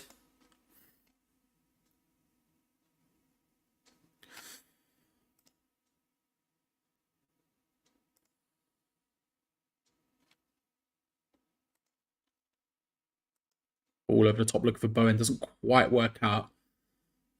The idea was there. And we're going to get a... The throw whipped in quickly over the top of everyone. There wasn't really too much there. Tried to play it quickly. Not necessarily a bad idea, but it just doesn't quite work out.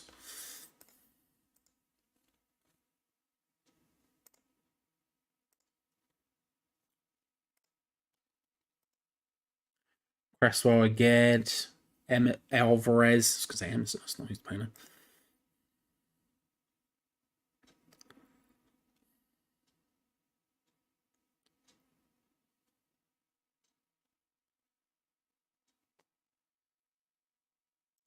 Huffing and puffing, but no end product. And that's just me. We're doing okay so far today. So, like you say, end products maybe the end products may be losing it a little bit, but I think so far we're doing all right. Yeah, oh, Paquetá does really well there. Just takes on Patterson, beats him, pulls it back. Bowen, far side. Paquetá just geeing up the crowd there. Like I say, I think we're doing well today. We're doing our job pretty well. That ball across was really nice, and then Paquetá one touch to control it, second one to beat Patterson so easily, and then the pull back towards Bowen just can't get his foot on it properly under a bit of pressure there. I think it was Tarkowski maybe. No, it's Branthwaite. Just can't quite hit it. Am I out of focus? Robert, am I out of focus? Stress. Shouldn't be, but I don't know how I could fix that. What I could do is press this and then that and then that. Oh, okay, that's there we go. Should be. Hopefully, I'm focused.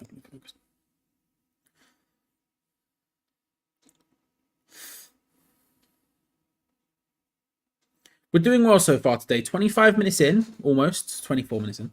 I'm happy. I'm genuinely happy so far with the way this team's going. I think we're doing well. I think we're defending relatively well. Everton are getting a little bit of joy, but we're dealing with it relatively well. And going forward, we're better than I thought we were going to be. Better than we thought we were going to be.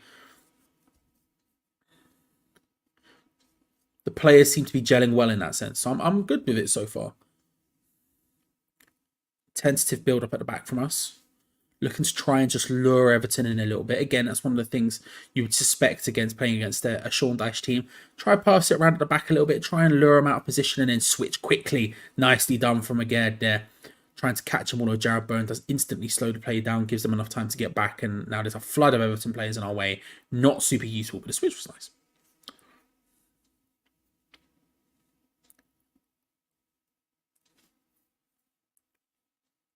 Paquetá just trying to see if there's any options going forward. Can't quite find any.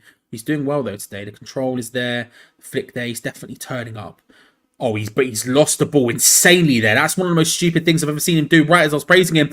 Ball in. Harrison, thankfully, the shot at the far end is directly at the goalkeeper, and Paquetá sheepishly apologising because that was awful. He does really well right as I'm praising him, and then controls it, and then just a bit of miscommunication between him and Agard. Again, concerned there, trying to step back into line because Everton had three people pushing and everyone was sort of in really awkward. That's pretty bad defending, right as I was saying it. And Paquetá just sort of left it thinking Agard would get there, but he's having to get on his bike backwards. Tarkowski there, just all over Kudus, who does really well to stay on his feet. Brilliantly done from Kudus. Does really, really well under a lot of pressure there. Oh, nice link-up play between them all there. I'll tell you what then, and a robust challenge on Kudus, and it's going to be a free kick, and Tarkowski is standing over him, is shouting. Pickford is now screaming at Mahadi Kudus, like screaming at him. He's pushing him around, and now Kudus has got up and squared up to Pickford. It's all kicked off. Pickford, originally Tarkowski was screaming at Kudus. He then gets pushed back. You then get Pickford comes running over to Kudus and starts screaming at him. Kudus, having been screamed at for a while, stands up and squares up to Jordan Pickford. And now it's thankfully it's no longer broken down as such. There's a lot of frank discussions going on, but the referee really sort of has control of what's going on. There has to be some sort of cards going on there because that was insane. I don't know what you could do. The Tarkowski challenge on Kudus seemed robust at least. Whether he got the ball or not, I don't know. Zuma and Tarkowski are having a bit of an argument with the referee standing right there. The referee sort of slowed the game down. VAR are checking it, I would assume, because the referee doesn't seem to be dealing with it as such. He just seems to be waiting for what's happening. Pickford is now laughing about what's going on. I think Mikel Antonio is also having a bit of a laugh at the insanity of the whole situation. But there was a moment there where it super flared up.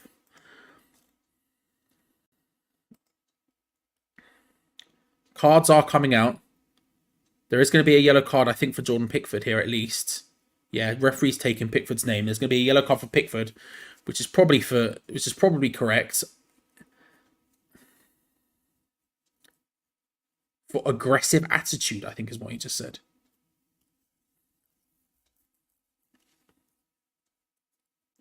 I don't know if that's going to be it. It's going to be yellow card for Kudus. Yellow card for Kudus, arguably for squaring up. So ball gets played into Kudus. He takes the ball round. I mean, that angle is awful to see whether or not Tarkowski. I'm surprised Tarkowski maybe not getting a card there. I mean, after the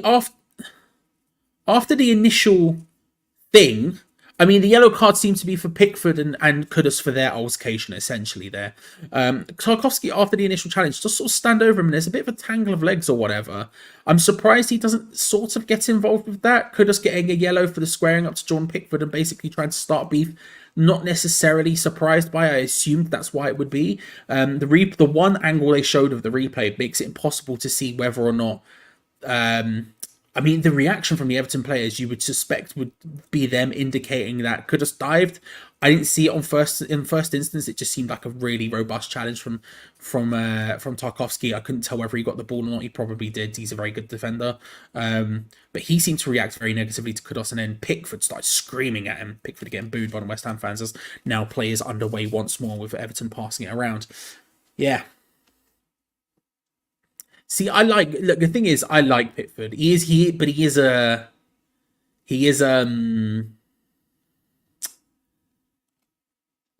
the most likable guy. He's not the most likable guy. But I like him. But I understand why people wouldn't like him. Could have sprays the ball out wide to Vladimir Sifal. Looking forward for Jared Bowen. 1-2, then tried to start his run, who just gets cut off there well. We take our time. I'm trying to find, there was a comment in the midst of all that which I agreed with, which I'm trying to find now. Paquetá trying to play the ball and couldn't quite make it happen. Pickford, that's doesn't quite accurate there. It was a nice idea, but isn't quite accurate. Oh, and Pickford is fully lost his head, by the way. He's now complaining about everything, which the crowd are sarcastically cheering. It's only going to get worse for him. It's only going to get worse for him. I can't find it now. I can't find it, and I don't know who it was, so I apologise to whoever it is.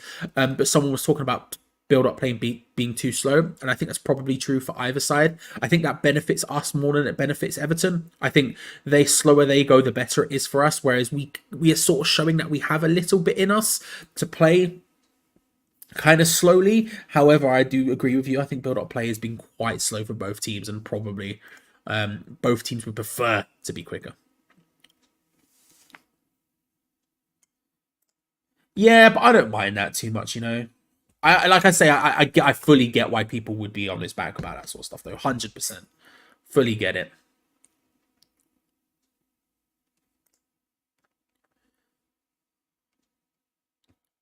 It's like Kevin Nolan was an absolute dickhead, right? And I think before Kevin Nolan joined West Ham, when I was younger, I hated him, but then he joined West Ham and I loved him. I feel like now I've grown to love that side of just dickheadedness. Whereas I think, to be fair, with Kevin Nolan, he had a point to it. Whereas I think Jordan Pickford's just a bit of a moaner, but you know, it's not too bad. I quite like Jordan Pickford, but I understand. I fully get why people wouldn't. Bowen does well to get that one. A little bit of a dangerous ball to Areola, who's punt away. Didn't seem to have much rhyme or reason to it. Everton come away with the ball.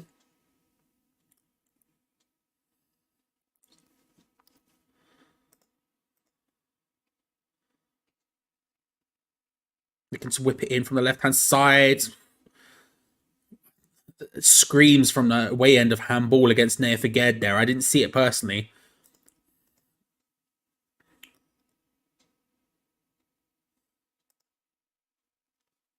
VAR checked, no handball.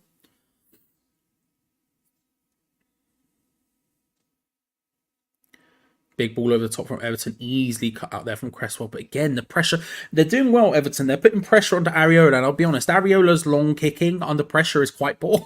It seems aimless and just panicky. And so every time we pass it back to Areola, they sort of want to get on top of him as quickly as possible. And they've been doing that quite well in the last 5 minutes or so. And every time it's come back to him, they've sort of stepped to him, rushed towards him, and his big boots have been all over the shop. When he's not under pressure, Areola really nice on the ball. Dominic Calvert-Lewin does well there. And the pullback is not bad. Looking for Decore. I tell you what, Kurt Zuma does well not to take him down. Kurt Zuma does very well to stay on his feet there and not take him down. It's gonna be a corner, but he does well.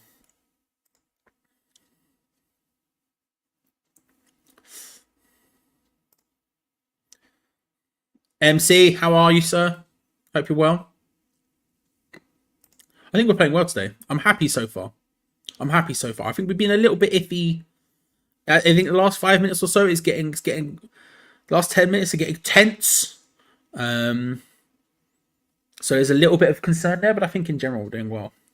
Whipped in from Everton from the corner. The header at the far post doesn't quite go anywhere, and West Ham can come away with it calmly with Soufal, although under a little bit of pressure, he didn't really have the options. He had time and space on the ball, but there were no real options, and Everton players closing in, and so he just sort of tries to chip the ball over, and it's cut out, and Everton win a throw-in. Mikalenko looks to take it quickly, poor play from them, and comes to Kudus. We need to get a little bit more control in this game now, because we had that for the first 25 minutes. We were beautifully in control, but since that big flare-up with Kudus and Pickford both getting yellows, I'll tell you what, a little bit of a push there on Alvarez, and Decore can get back in on the far side. Jack Harrison looking for a shot. Way over from Jack Harrison. He's had a couple of decent chances. The first one was better than that, but again, just another one, eyes for goal only, and he's just punted that one over. Since the big flare-up, we've sort of lost control of the game a little bit. It certainly works more in favour of Everton, who are growing into the game. Not getting any sort of significant chances from that, it must be said. However, they are getting more of the game. Since that flare-up, I think before that, it was us. We were doing brilliantly, but yeah. Budge, good to see you, sir. Good to see you and CD doing stuff consistently over on Green Street Elites now. If you haven't subscribed, subscribe. Good to see you doing consistent stuff now, bro. Hope you're doing well. The ultimate combo, the prime combo. Bert and Ernie. That's what Peter said. Bert and Ernie was, wasn't it? Ball over the top. I tell you what, it's not bad either from Everton. They picked the ball up. Headed away from Aged. Alvarez just gets a foot onto that, just knock it a bit further back. But Everton continue to have possession of the ball. Nice interception there from Soufal. Jarabo looking to try and get forward. Takes on Mikalenko. He wins a throw-in, which we'll take. Gives us a bit of an opportunity. You can see James Ward-Prowse just doing a bit of that, which I think is necessary right now. Ball over the top, looking for Bowen. Mikalenko does really well there. I tell you what, Mikalenko's having a good game today so far. He's having a good game so far. Charles, good to see you. Is Pickford his best goalie? Yeah, probably. I think on balance, probably. I think it's a lot closer than it used to be. But I would start him. If I was England manager, I would probably start him. Depending on his form. I think he's probably the best. But it is a lot closer than it used to be. A lot closer.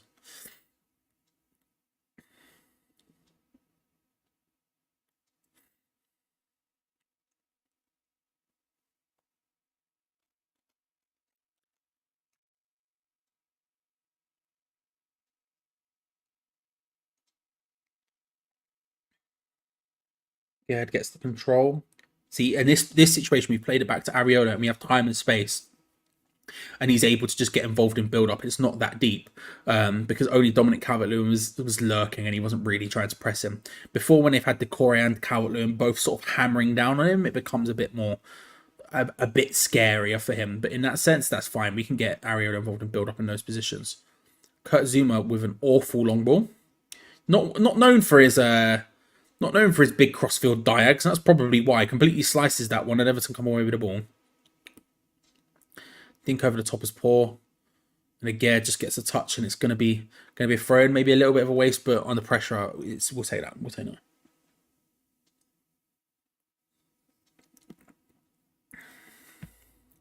Last 10 minutes, Everton had 55% of possession, had 2 shots. We've had none. They've had 12 passes in the final third. We've had 2. Like I say, since the big flare up, we've sort of lost it. We were on it in the first before that. Nice little snip in there from Alvarez. Their player stays down. We can come away with it. Let's just keep possession. Even though we don't even have to necessarily go anywhere with it. Let's just keep a bit of possession. Let's get a bit of control of the game back. Let's not try to force things. Kudus out wide to Paquetá. Cresswell on the overlap, gets there. He's going to lose to Nathan Patterson, but we're going to win a throw in an advanced position. So there we go. There are bells available as far as I'm aware. I can't imagine we've eaten them all already. And I only bought them the other day, so they must still be there. I'll double check at half time, but I'm saying there are bells available.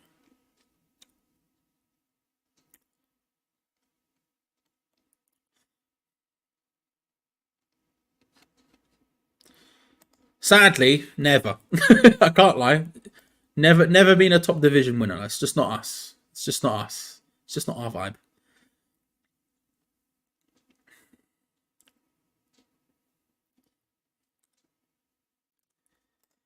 Yeah, it sort of happens every stream now.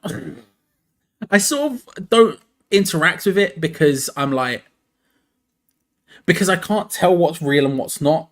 And so I just sort of ignore it and hope it goes away because I can't really interact with it, if we're being honest. Happens every stream. Not really much I can do about it. Oh, Jared Bowen battling for it. Off long ball over the top. Can't get there, and Pickford comes and collects. Mikalenko's doing well. He's doing well on Jared Bowen today.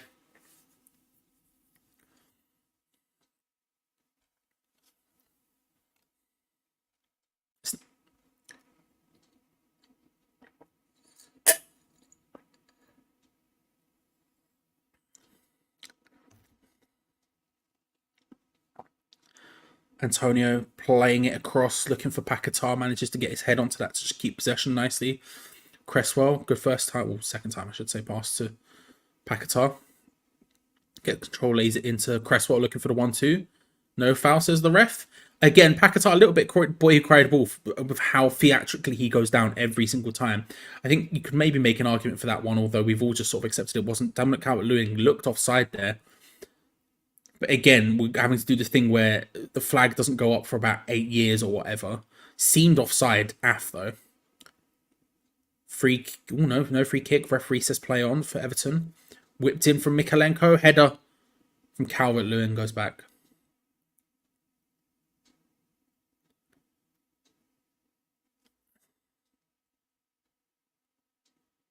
Apparently he wasn't offside.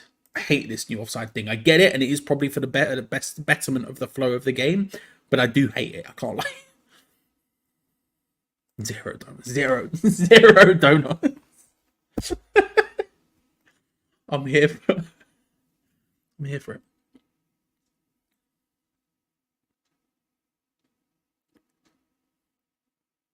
Nice flick from Paquetá into Kudus, who loses it a little bit. Does well to win it back, though. Paquetá with a nice little nutmeg to the pass into...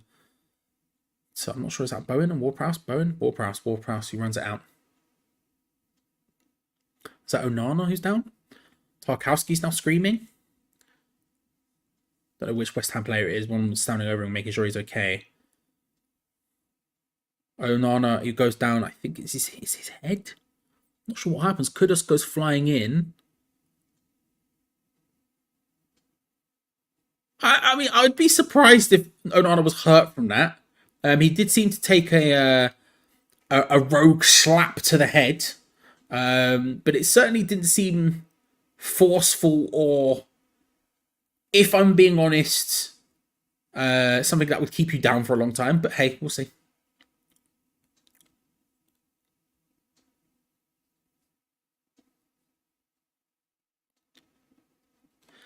I don't know if I could word it quite like that. I think certainly though the last 15 minutes have been the last 10, 15 minutes have been all Everton. And we've struggled to get back into the game since the flare up. Since the arguments happened, we've really struggled to get into the game. I don't know if they'd say do a number on us yet. I think we'd have to wait and see. The signs are good for Everton so far in the first half after that. But we were so dominant in those early stages that if we can just even find a little bit of that again, Everton would be very concerned. Very concerned. Oh, bro, good to see you. How are you? I hope you're doing well. I'm all right. Had no sleep. Got a massive cold. We vibe. We vibe. Yeah, I'm liking his energy as well.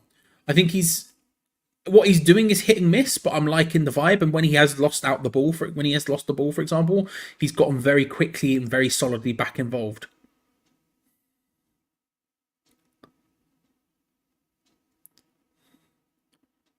The ref is coming across to speak to a role I've never heard of before, the match manager.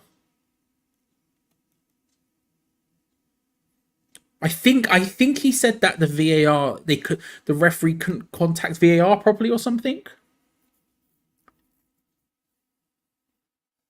Yeah, Sean Dyche just asked him what, and the referee explained to him. Sean Dyche went, "Oh yeah, okay."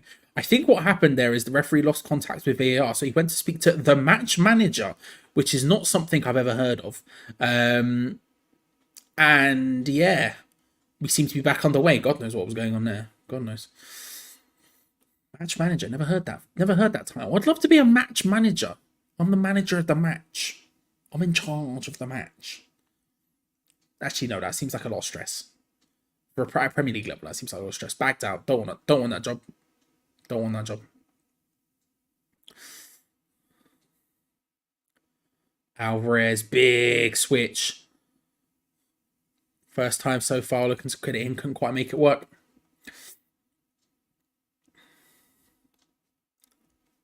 Yeah. The thing is I have vitamins. I don't know where I get the cold from so often because it's not even like I go outside that often, if I'm being honest. It's the lack of sleep. That's what it is. It's the lack of sleep, I think, more than anything else. But it is a bit concerning. It is a bit concerning. But it is the sleep problem. I mean, how often do I come in here and I'm like, yeah, I've barely slept. I've had 3.5 hours sleep today, so we'll see. We'll see.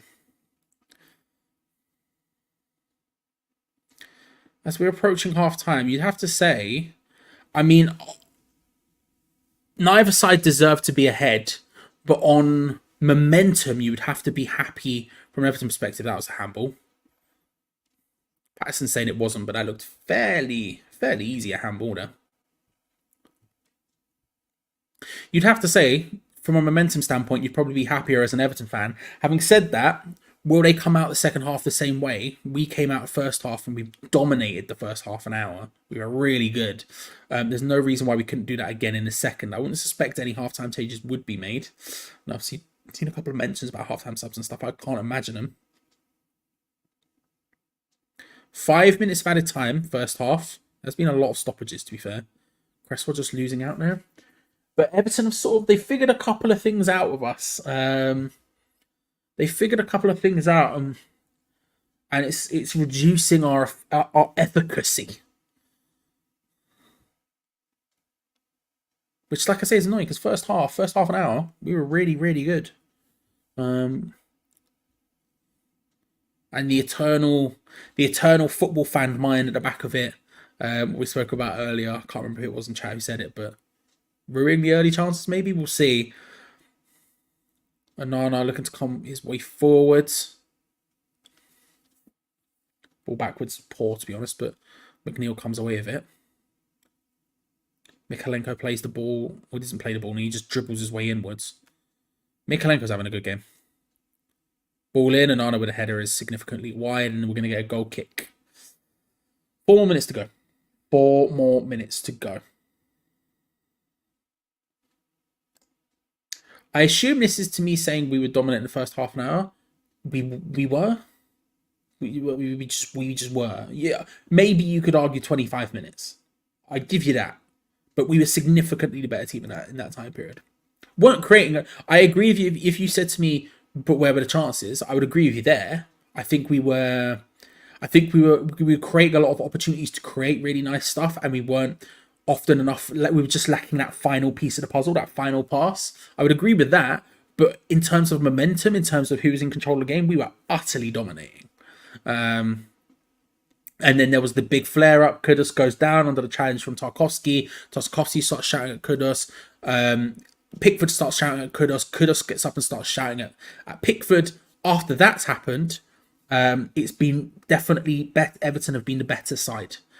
Still not really creating much, if we're being honest. No one really having that final pass, that final piece of the puzzle yet, but being the better side.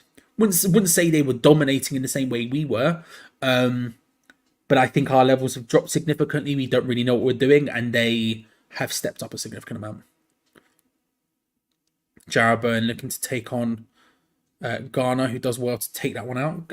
Bowen back to deceive a little bit today so far. I think Mikalenko's got the better of him. James Ward-Prowse into Bowen. Back to James Ward-Prowse. They're flicking it around amongst themselves here. Decides to go backwards. It's situations like that where we turn and we go back, and it's like we were in a really advanced position, and now we're going to end up going all the way back to Areola, it seems. I mean, Agaire's on the ball. He does a poor pass, although we still have possession of the ball. We've gotten away with that a little bit. Situations like that, when we were in an advanced area, we had all those players, and in the first half an hour, we were doing well to sort of pass it amongst ourselves in those areas and find a bit of space. You know, Kudus was getting involved, Paquetá getting involved, Antonio getting involved. There was lots of nice movement happening, and we were creating space and potential chances. And there, we had the ball in that area, and we just instantly went back on ourselves. And part of that is the fact it was on the right-hand side as opposed to the left, where there's just a lot less technical ability going on. I get that, but it just feels like a waste. And at the end of all that, we've passed it around a little bit, and Everton have got a throw. Dribbles, duels, and duels won. Mohamed Kudus is the highest for all three categories so far today, which is good to see.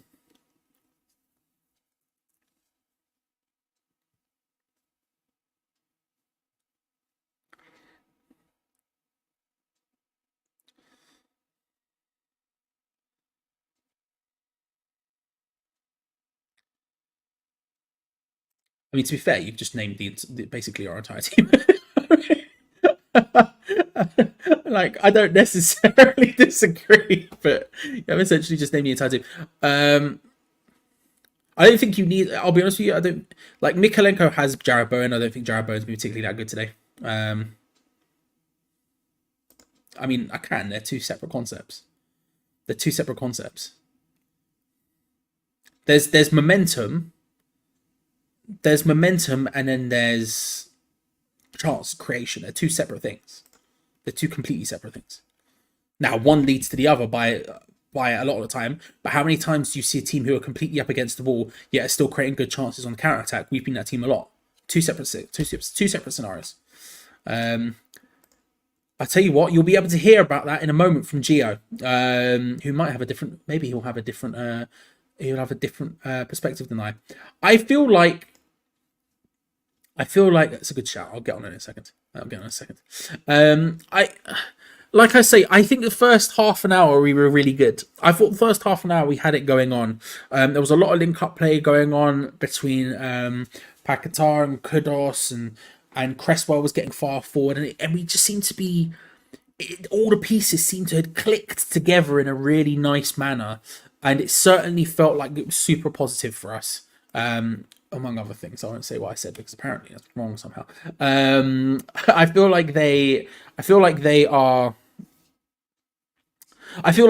like we were doing really well in that period, and like people said in the chat at the time, is this a case of maybe we're going to rue missing these chances beforehand? I think that's definitely fair.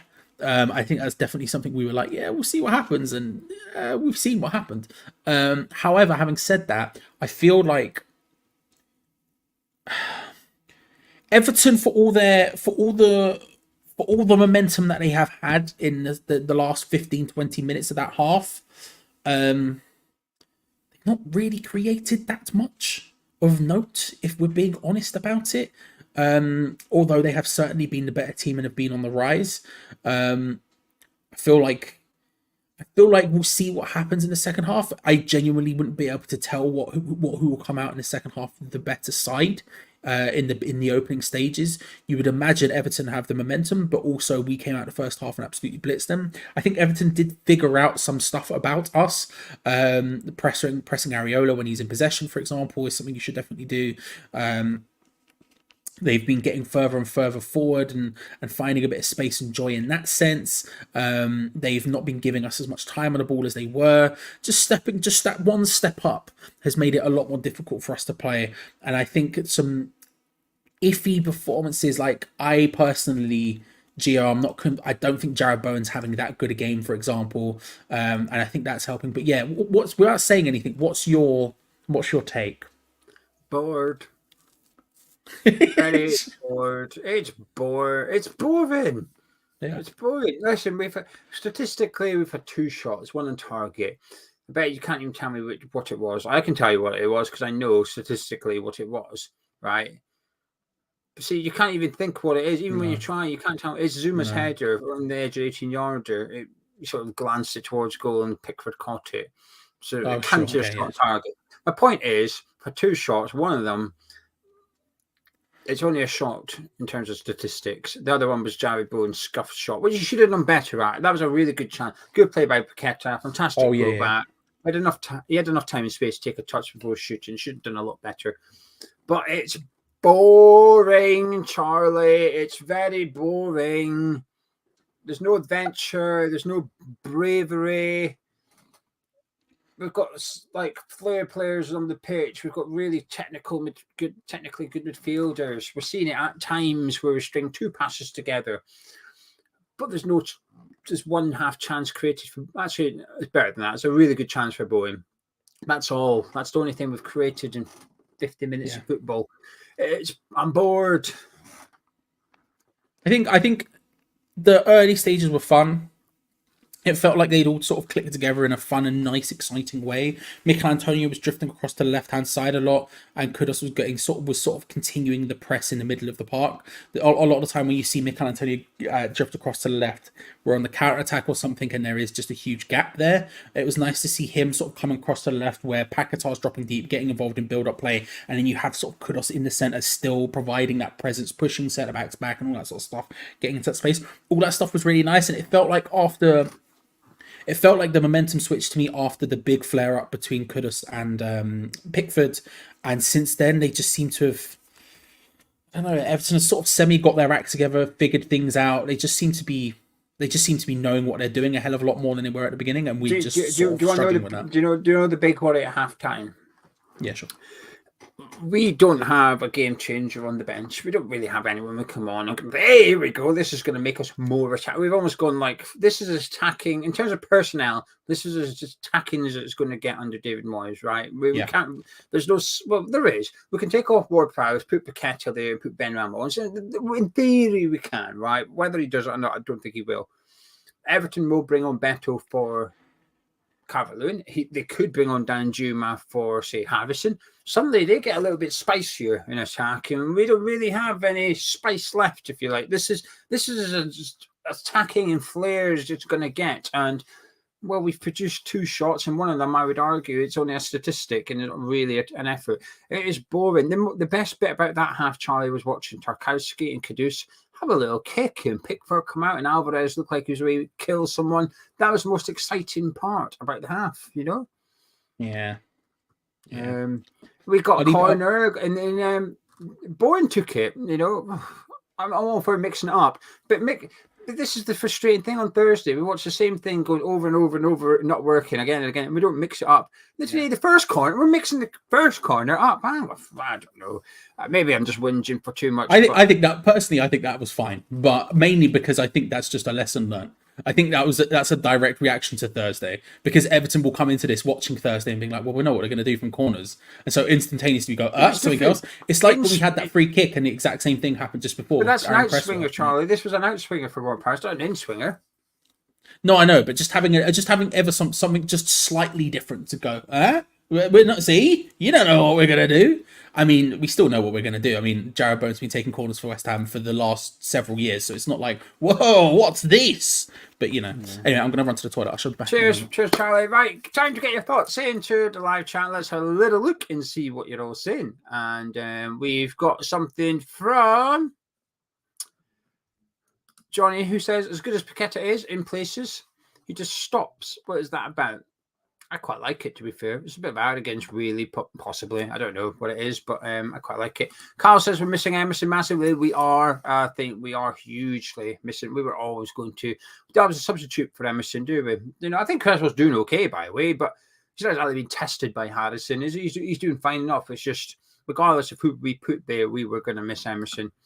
Dave said, you look at the bench and based on recent form, current tactics, you cannot see anyone who come on and make a positive impact. I agree, Dave. The hope lies with Said Benrahma because we know he can sometimes produce something. Faraz has done in the past. I mean, to be fair, at the end of last season, he was producing a couple of bits of magic and whatnot, but there's not really much on the bench that you rub your hands at. Mancunian says 2 very poor sides, no off the ball movement from West Ham. Players let a pass on. Calvert-Lewin wins every header and Everton looking to get onto the second ball. Antonio has no impact.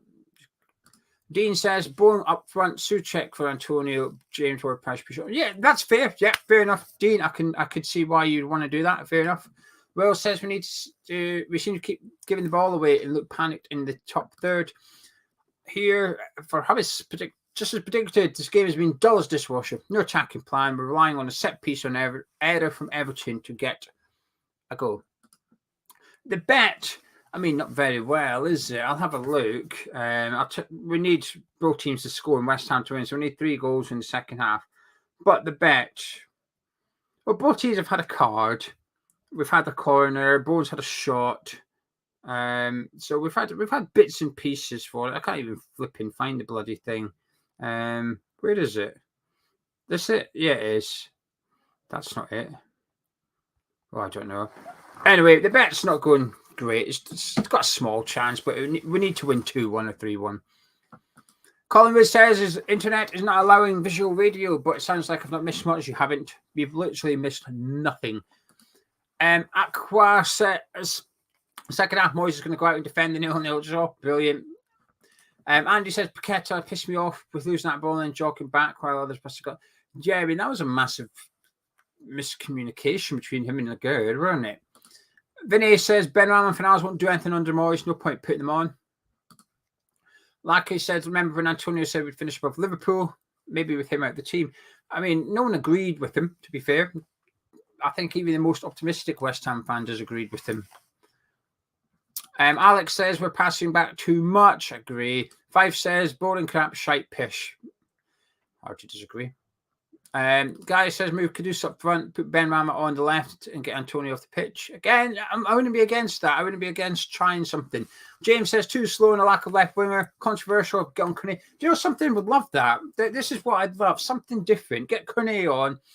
It would have to be for Antonio at this point. Either push Kudus on the right and Bowen up front, or keep Bowen where he is and put Kudus up front. Put Paqueta in the false 9 position if you want. There's options. In fact, any of them can do it. But Kone would be an interesting one. I would be against that.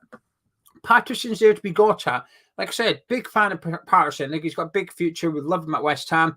Paqueta's done him a couple of times already. I'm aware it's Paqueta.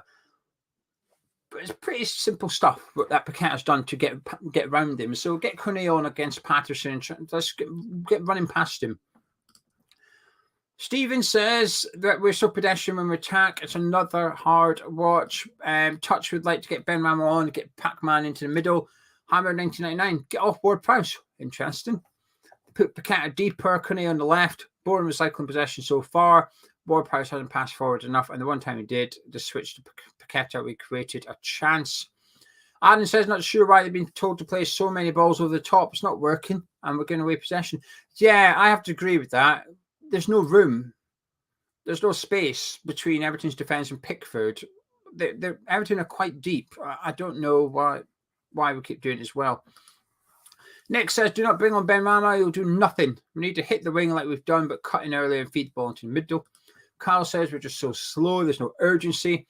Moyes has drained every ounce of enthusiasm from these players. Percy said the crowd need to get behind us, just as Pierce. I don't like criticising the crowd when I'm not at the games, Percy. You can do what you want. It's just for me. I don't like doing it. But there's a correlation between what goes on in the pitch and the fans. Everyone that goes to football knows this. West Ham do stuff, the crowd get up. I mean, there was a fight and the crowd got up for it. Pickford started getting booed because of the scrap. But when the football's boring, the crowd go quiet. You can't blame the crowd at all, in my opinion. I think, would it be wonderful if every team in the country had fans to turn up for 90 minutes and sang? It would be, but it's hard to. It's hard to have much enthusiasm when you're watching what you've seen in the first 45. People spend a lot of money, a lot of time. There's a lot of sacrifices to go to a game of football. And when you get served up that and people don't feel like singing or chanting, I completely understand it. No, I don't blame the fans whatsoever. I think that's a bit harsh. Like I said, if you're there, that's fine. But when you're not at the game, I find it difficult to criticise the fans that are. Justin says we're being bullied, need to man up or shift the ball quicker. Harold says Antonio gives us nothing anymore. Graham said I was thinking Ben Rama is the only possible sub. A bit worrying, Moyes will see all the headers we're missing and bring on Souček. Carl says it's the perfect game from Obama. I don't know if you're aware, Carl, but he's not on the bench. I know he may be on the. I know you might know that. You're just making the comment, but just in case you didn't. Dylan says, what did we make on the tackle on Kudus? Working late tonight, so only saw it. Only half saw it. Looked nasty. I thought it was a fantastic tackle. Honestly, I thought it was a 10 out of 10. Won the ball, took the man out of the game completely. The little bit after it, we've not actually seen a replay. You might be showing it now in regards to the feet part of Kudus and Tarkowski. You saw the replay of Kudus get up in front of him and stuff. Good. I want to see a bit of that. But I thought, as a tackle, thought it was 10 out of 10. Thought it was fantastic. DeCanio says, I hate when Antonio's always out wide. I've never seen a striker so out of sorts. Moyes has no idea how to play a striker's strength. I swear Moyes' ball makes it impossible to score a goal. Hammer Time said Antonio offers nothing apart from a physical presence. Anyway, you're back now, Walsh. Yeah. How do you feel about the Antonio thing? Pardon? How do you feel about the Antonio thing?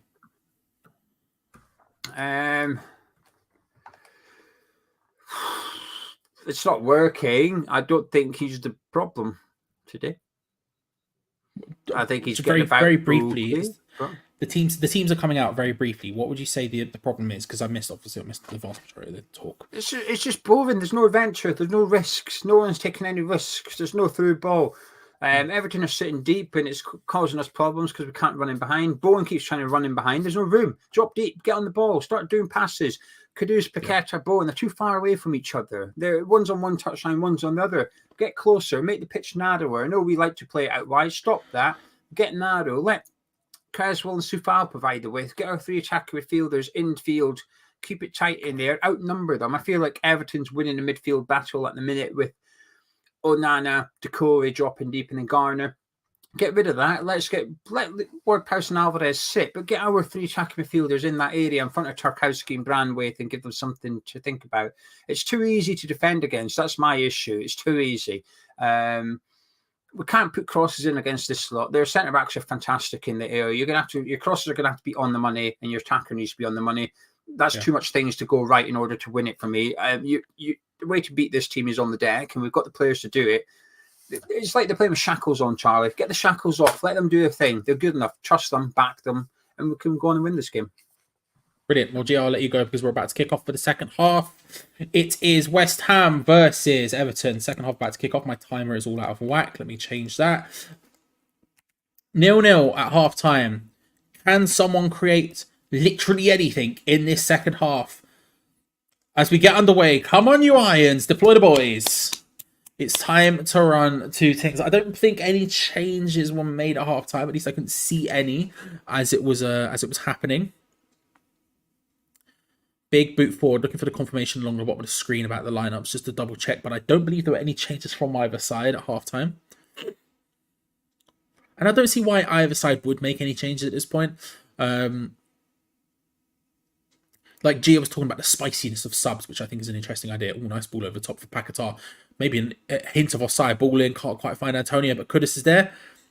Can't Range up for a shot. Nice ball out to Jared Bowen. Going to look to cut inside and hit it with his left. Block there is just a huge amount of Everton players in the box. Just there. An absolute wall. But West Ham recollect the ball. We've got lineups running across the screen just in case there were any changes. But I don't believe there were any.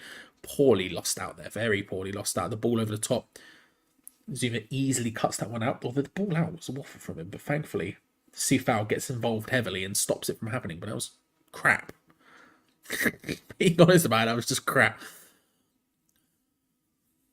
Harrison Garner gone with it. Yeah, no changes at half time for either side.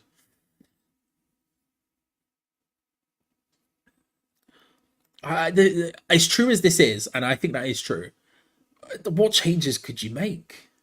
You know, like G was talking about spicy levels, right? Looking at West Ham's bench, we'll have it running on the bottom screen now, right? Out of that, there is no one on there who's going to significantly change this. I would suggest. A little 1-2 there. Thankfully, West Ham win the free kick against Nathan Patterson. I would suggest there's no one there who's going to significantly change this. Being honest about it. It's a case of levels stepping up for me as opposed to subs.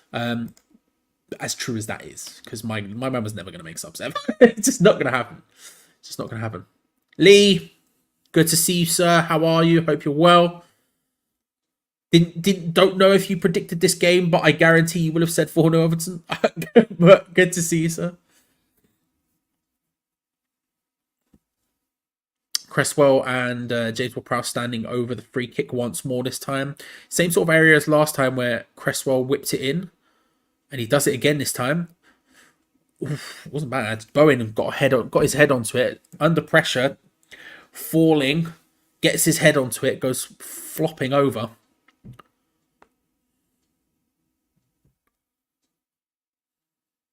Does well to find a bit of space around the back. Decore just runs in front of him.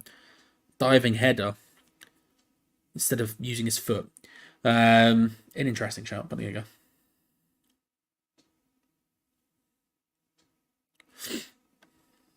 Not a bad chance. I would have thought he would have tried to do something with his foot there. But maybe it was a bit high, so he had to go over his head. I don't know. Kudus just trying desperately to keep hold of the ball. I'm liking the energy to recover it. Even though I think he was doing 15 things too much. I liked the energy to try and recover it. James Ward-Prowse gives away a free kick in the middle of the park. It's going to be a free kick to Everton. Yeah. Yeah, it was a good one. There we go. There we go. Hope you're early. Hope you're good.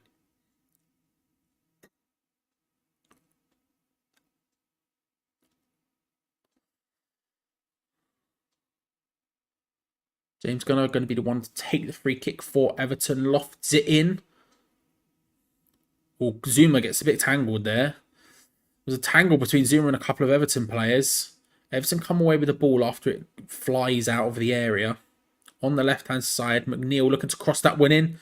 Calvert-Lewin can't quite attack it with his head. Everton looking to create a bit of another chance. We're in our deep set formation right now. Easy block there. Zuma comes out. I don't know why Zuma and Areola there. Just a little bit of miscommunication.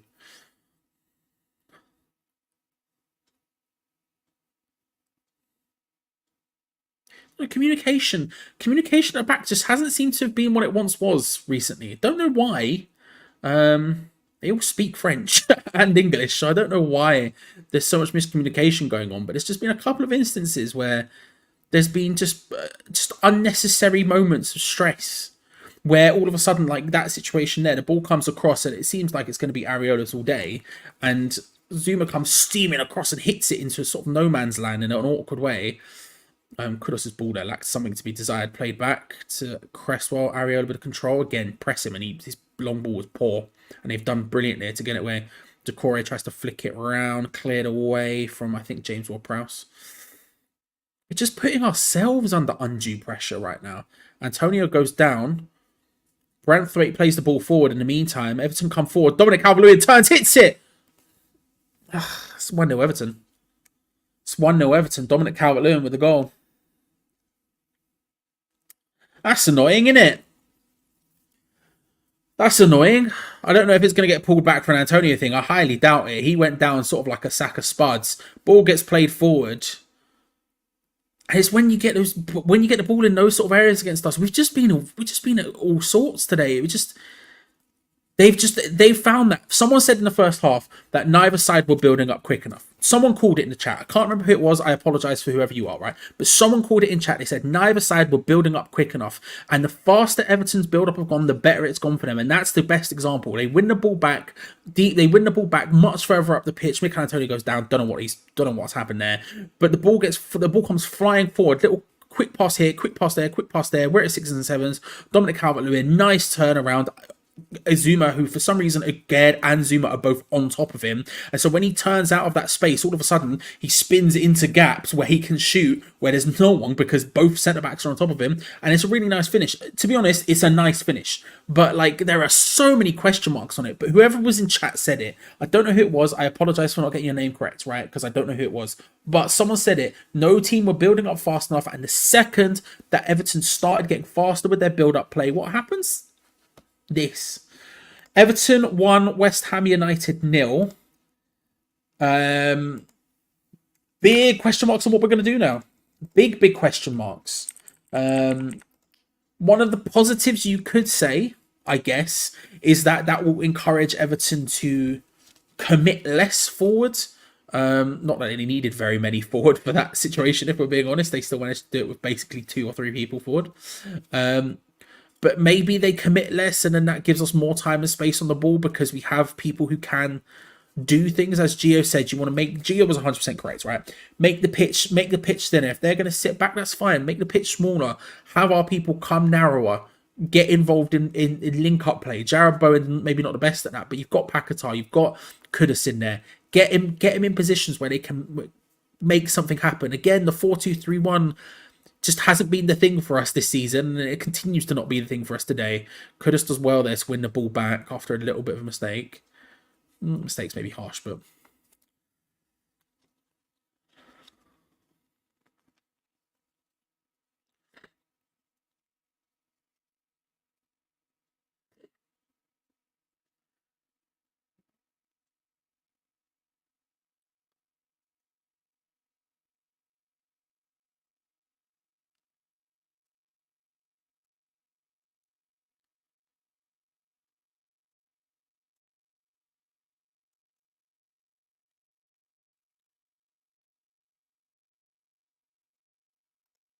Yeah, I agree. It's a really nice turn.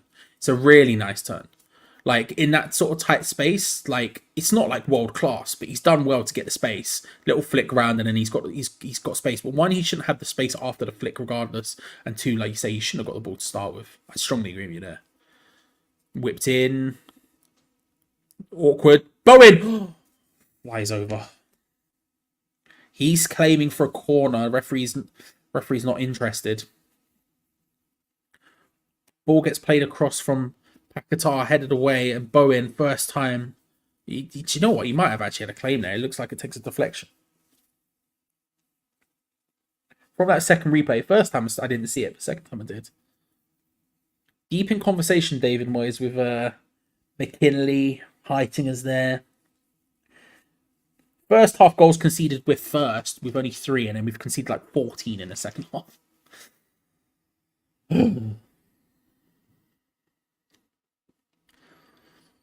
Alvarez looking forward for Mikel Antonio. He does well.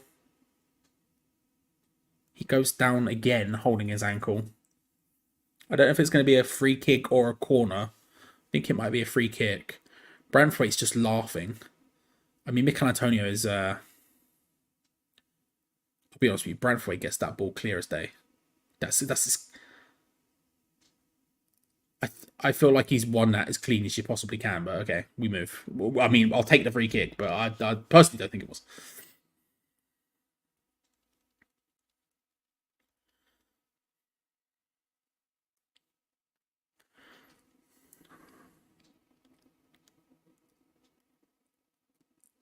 James Ward-Prowse is going to take this one. There's no dummy runners here. Branthwaite just trying to wrestle with Kurt Zouma. Paquetá's involved. Kurt Zuma's managed to sort of wiggle his way out of it, whipped in over top of everyone. Paquetá does what he can. I mean, the ball's going way behind him, so he stretches out to try and do some sort of overhead flick, but he can't really do anything with it. And Everton punt the ball away. It's going to be interesting to see how this goes now. Like I say, we've got the right people on the pitch, and Everton are potentially going to try less to come out of themselves now they're ahead, which should, in theory, play into our hands. Oh, Ben Rama's coming on. Okay, well, scratch that.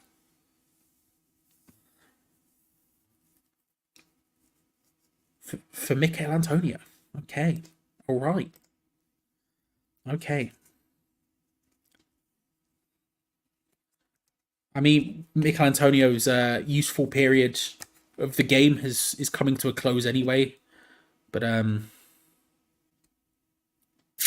let's just say I don't have much hope anymore. Let's just say I was midway through talking about things I maybe had hope for. Let's just say that's gone now. Let's just say that's gone now.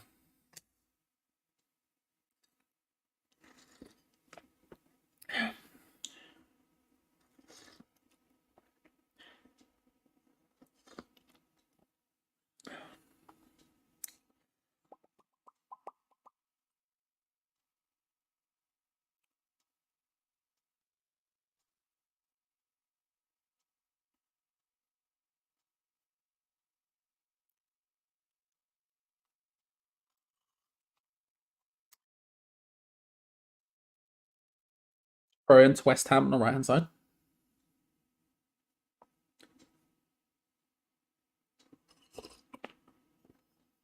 Right, so who's playing up front? Let's figure that out then, shall we? Is it Paquetá? I think it's Paquetá. Probably the right decision, I guess. If you're taking Antonio off, Paquetá playing up front is probably the right decision. I mean, the Antonio thing. I mean, Gio said these exact words at half time, right? It's not working, so try something different. What Paquetá brings in that role is probably interesting. I don't know. Ben Rom's not really going to do anything, but you have to bring someone on. And Fornell's probably arguably wasn't the right option. I'd love to be correct. Right? I'd love to be wrong about that, but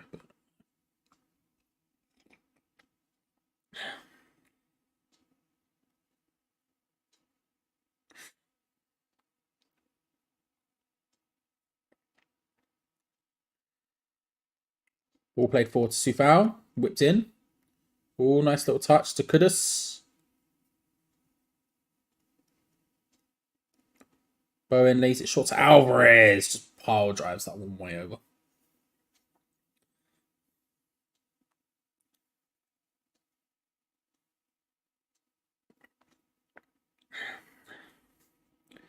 I think the sub's the right thing to do.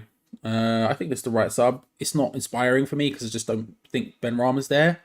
It's one of those ones where I think it's the correct sub to do in this scenario. That given the players we have, I think it's the correct thing to do.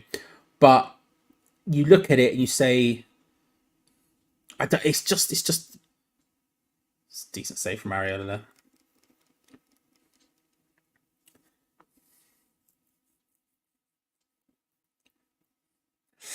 I'm struggling here. I'm having a bit of a mess. Ball played, big boot forward. Dominic Calvert-Lewin nods it on, and Decore flying through. That number 10 Decore, what we've seen so dangerously from his time at Watford and his time at Everton, where he scores goals, gets into a good position, steams forward, hits it, and Ariola reacts well. Good save from Ariola. It's going to be a corner.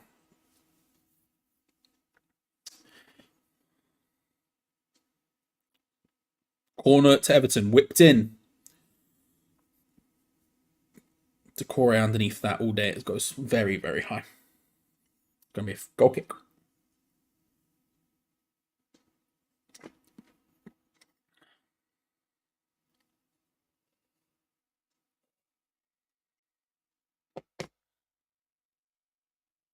Yeah, Ariola does really well.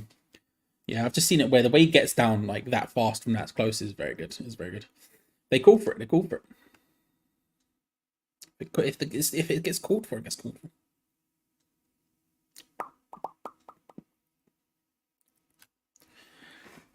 Zuma.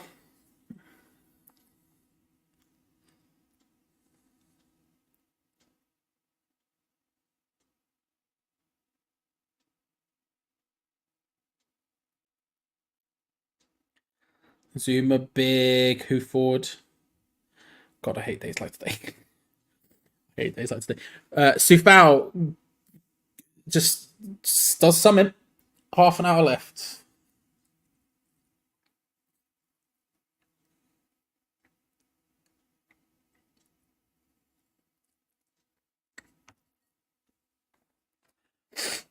Oh.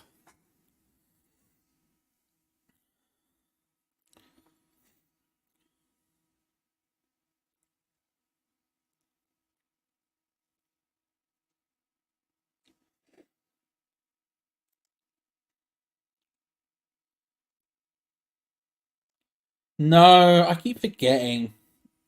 I keep forgetting. I like put it out of the way of myself. I'm like, oh yeah, I'll do it when we're reorganizing stuff. And then we don't reorganize stuff, and then we reorganize stuff like on a whim, and then I forget. I need to. It would just be useful in my life. Do you know what I mean? It'd just be really useful. I mean, the fridge isn't that far away. To be fair, I've only got to go into the other room. But like, you know, you know. Oh, Sunset, yeah, maybe. If the bird, listen, Stu, if the people ask for bell pony, have bell pony. You know what I mean? I'm hungry, so I'll take it. I'm hungry, so I'll take it.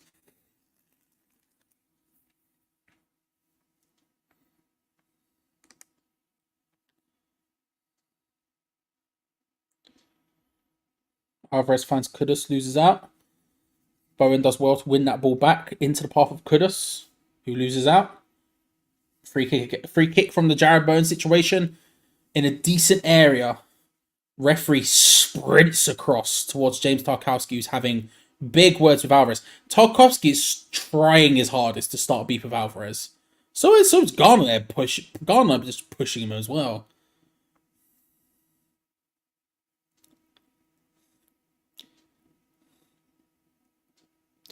I think I'm going to say this now, and it's probably because I'm in a bad mood and I haven't slept. I love James Tarkowski. I think he's a brilliant footballer. He needs to shut his mouth.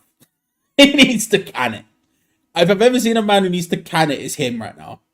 Bro, Alvarez would drop you in a second, firstly. And secondly, why are you not picking on my boy Edson for? Chill out. Tarkowski going across to him as Edson's walking away, not getting involved, ignoring it. Tarkowski's just following him, screaming.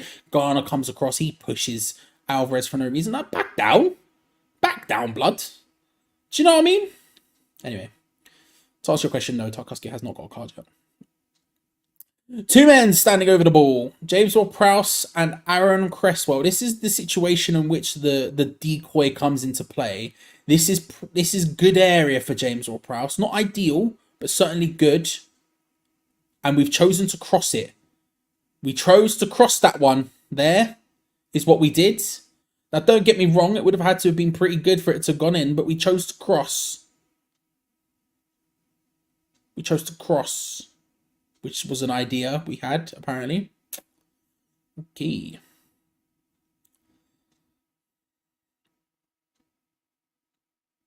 Okay.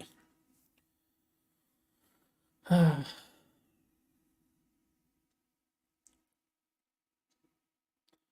loses out. Bowen's been not good enough today. Bowen's been not good enough today. He's had the best chances. He's fluffed them all. Outside of the chances that have been created for him, he's just been non-existent. Bowen's been pointless today. But we have no other right wingers. You could maybe put Kudus out there, but who are you going to put at number 10? So, Fornals, I guess. Shot from range from McNeil, and Ariella just palms it over. It's going to be a long day. This game's done. We're not scoring. We're just not. 25 minutes. I'm an eternal optimist in many ways, but 25 minutes from left of the game, we're not scoring. I'm fairly confident of saying that now. Is what it is. Is what it is. Yeah, Bowen's not been very good. I guess you could move Kudus out wide to the right and put Fornals on, I guess, in the 10, maybe. Just take this off, it's not accurate. Whipped in. Well, I could change it. You know, I'll fix it.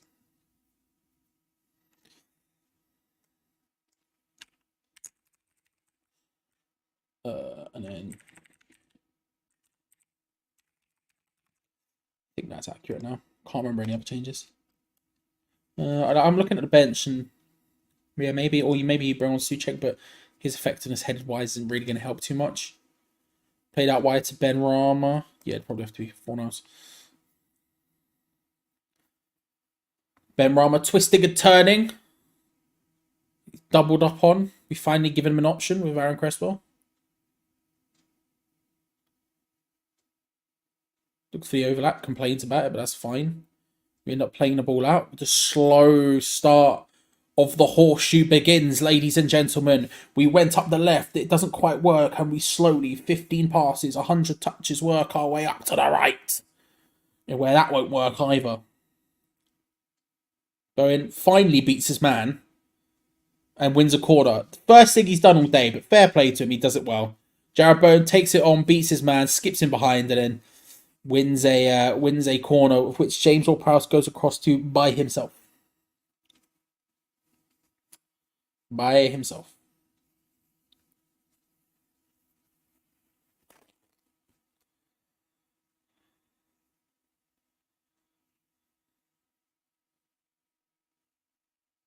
In comes James Ward-Prowse to the corner. I tell you what, again rises up well. Big shouts for handball. Not for me, but Soufal, just control it, man.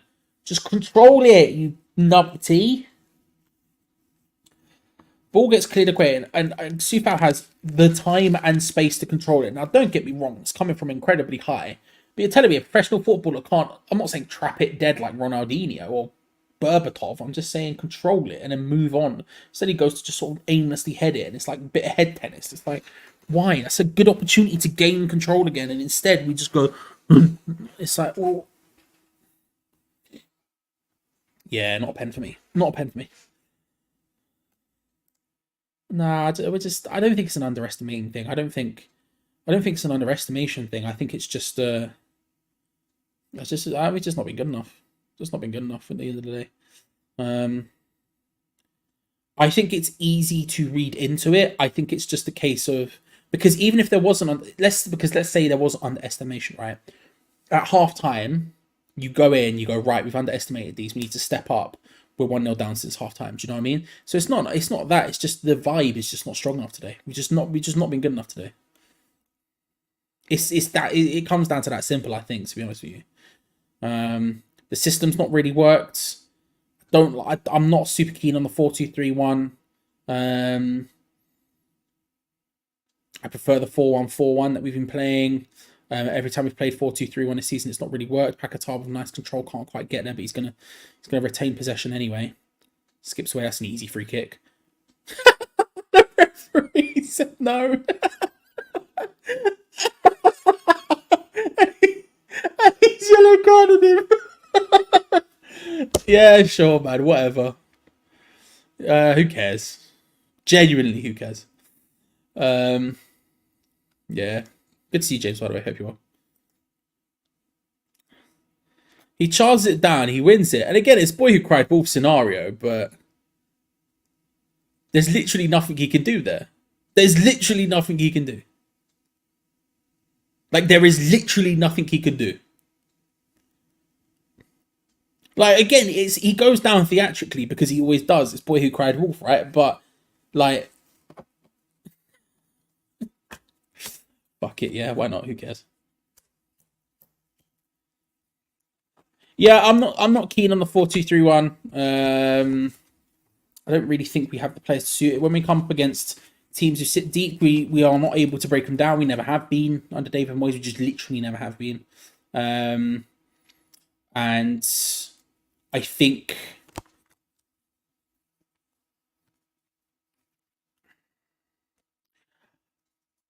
I had concerns with the lineup. I sort of voiced quite a few of them at the beginning of the game. I think Thomas Souček should be on the pitch. Not necessarily for the defensive aspect. I just think in a 4-4-1-4-1 where you have him free to roam forward, let's just force their backline into issues. Instead of just sitting there and allowing them to do whatever they want, which is what they're doing, we're just not letting him. We're just not giving him. It's not giving him something. And I feel like that's something we could give him that we're just not doing. we've seen over the last 2 games the bad side of Kudus' game. He's an incredibly gifted footballer, but he's not like Paqueta who's consistent. That's not to say he's inconsistent, but Kudus can have whole games where he does literally nothing and then can create madness out of nothing. But in the time before that, there's a lot of just nout happening.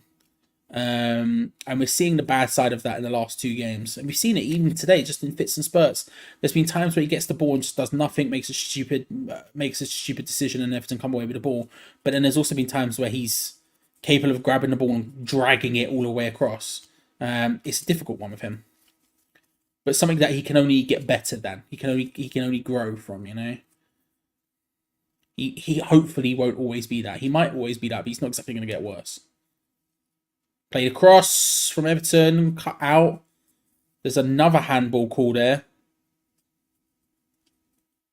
Garner with the cross in, straight into the hands of Areola. Cresswell. Played the ball to free kick to us on the halfway line that they'll take. I'm very frustrated right now. I'm very frustrated. This is one of those situations. This is a game. I'm also very tired. Okay, so here's Thomas Souček for James Ward-Prowse. Okay, wrong decision, but that's fine.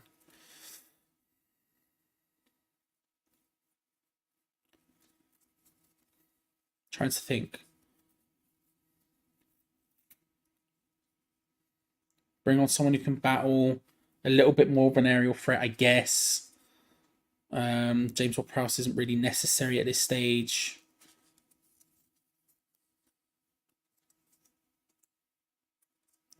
You can't really take off Kudus because he can just produce something out of nowhere. Paquetá is essentially the striker. Bowen is a goal scorer, but he's crap. Take off Bowen's script. This is one of those games, right? I'm trying to. I'll say it after the corner, but I'm trying to.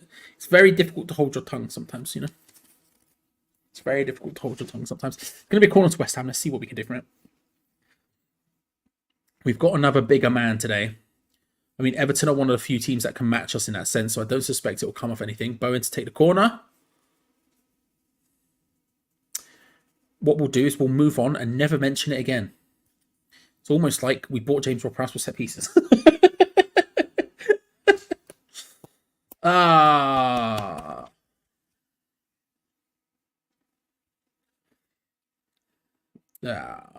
You hate to see it. You really do. There are certain games which are very difficult to do watch-alongs for. And today is definitely one of those because I'm in a situation where you sort of have to hold your tongue to some extent in terms of I just want to sit here and swear my mind off, but it's like, what can you do? You can't really do that in the situation I'm in, so I just have to sort of sit and deal with it. And it's just like waves of just like so much crap just coming at you at once. It's very annoying. Second half, we've had more shots and more possession. None on target. We've had 6 shots. They've had 4. We've had none on target. They've had 3. We've had more touches in the box. In comes Kabalulu off the bar. Jesus Christ. Jesus Christ. There's that counter-attacking again. There's that counter-attacking again. I was offside after about 18 years. I hate that rule so much. I get it, but it's so annoying. Ball gets played in. Calvert-Lewin, he's in an offside position, but takes a touch and it just smashes it off the bar. Yeah, we've just not had enough calls for it at any point. We've just not had the triple call situation for it, you know what I mean?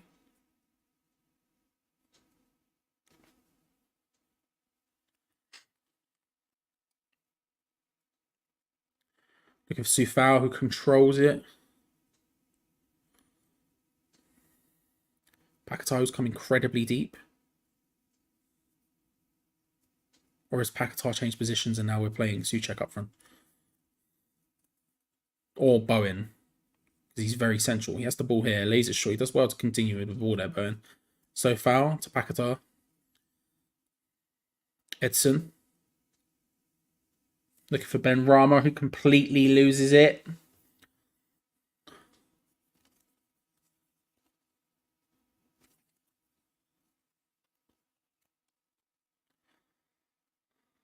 Free kick going to be a yellow card to Ben Rama.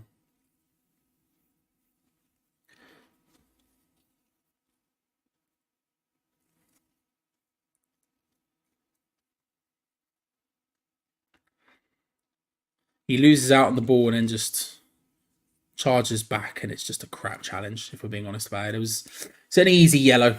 An easy yellow for Saïd Ben Rama there. Unnecessary. And frankly, quite dumb.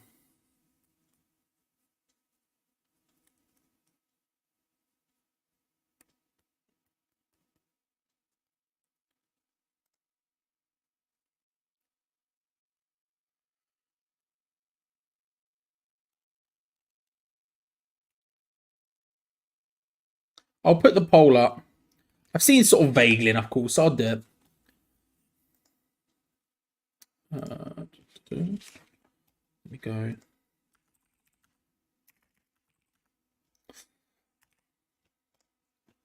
They've been now officially, it's not been vaguely, now there has been enough. Poll in chat now. Bell, yes or no? 79 minutes is the cutoff time. 79 minutes is the cutoff time. Paquetá hits it, it deflects. Kudus is there, saved from Pickford. He's definitely offside. And Souček, the shot from the far side, just goes flying over. Definitely offside. There was no way it wasn't.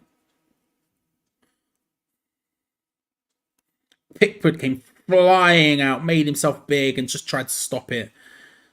Ball gets whipped in from Sofal, headed away, and then a long-range shot from Paquetá wasn't really going anywhere. A touch from Bowen, and Kudus in the 6-yard box, turning after a poor touch from Mikalenko, hits it, and the Pickford just comes out and it just sort of hits him. He does well there, but it was a guaranteed offside.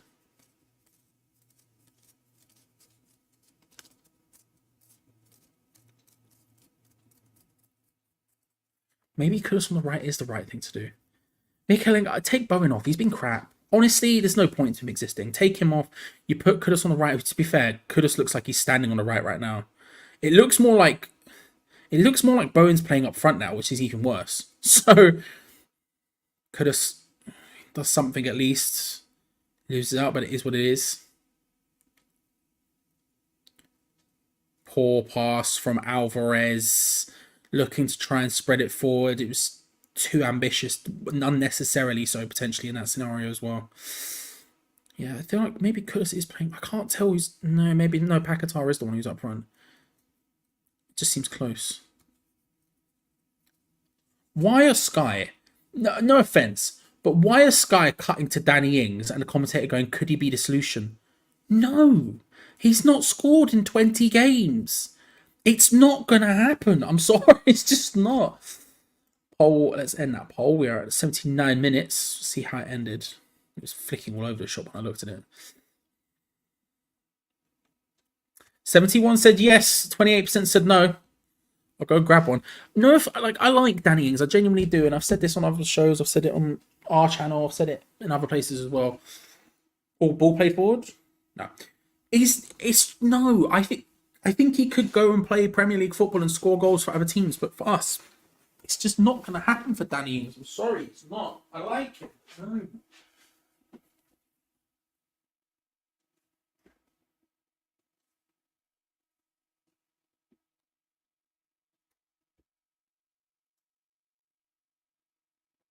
Right, baby girl acquired.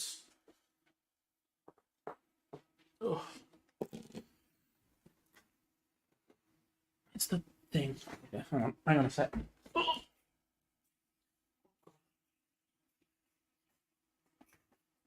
can't bloody see. Where's it gone? Hang on, I'll be with you in a sec. Sorry, I dropped it. Not the baby bell. I know. Let me see. There we go. Got it. Oh, stress. Right, there we go. Hello. I think Kudus going on the right is probably a strong idea because Mikolenko's just had the best of Jared Bowen, and it's kind of pointless him continuing to run at him. He's never going to beat him. The problem is Jared Bowen up front, equally not the answer because Jared Bowen up front is crap. So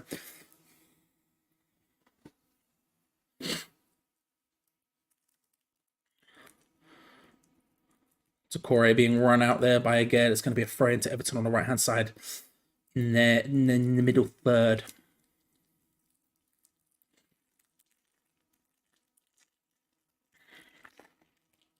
No, this is equally inaccurate, and I can't be asked to update it, so we're just going to take it. We can't be asked to take it. There we go. The silent snack. Here we go. We're just going to lob it in as well because there's no real time. There's no real time.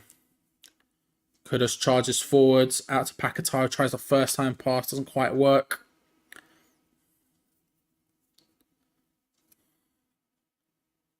Hint of a handball, but it was way too close to me.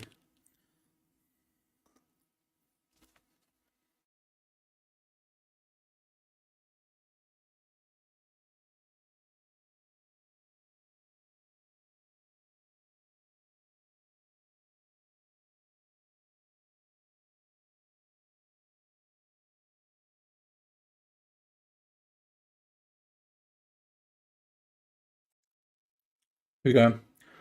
Pull back from Kudus. Just behind Bowen. Couldn't quite make it work.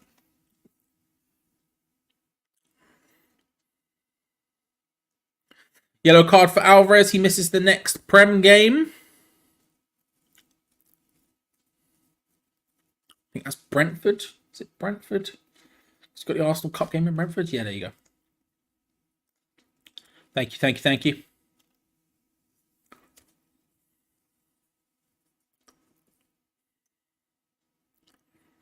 Paquetá finds Kudus. He's on side. Nice turn on the half turn. Tried to pull it back, but just behind Jared Bowen.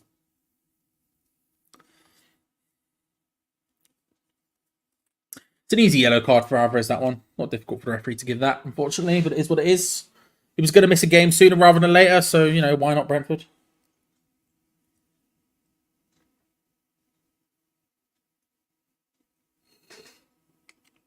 Who's the other person? I can't even remember.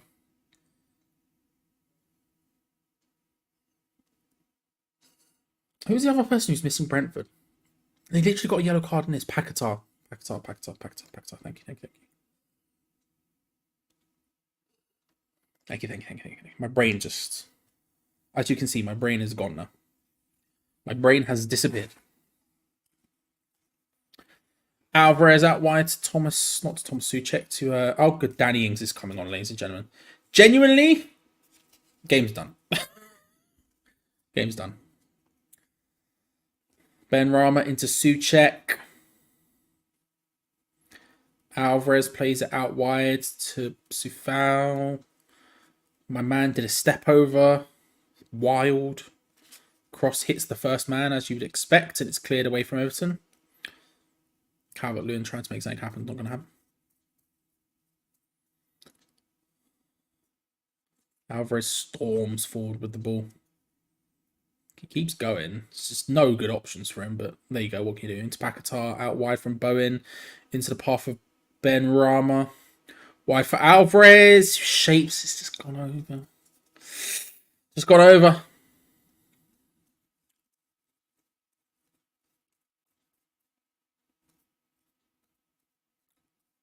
Aaron Cresswell for Danny Ings.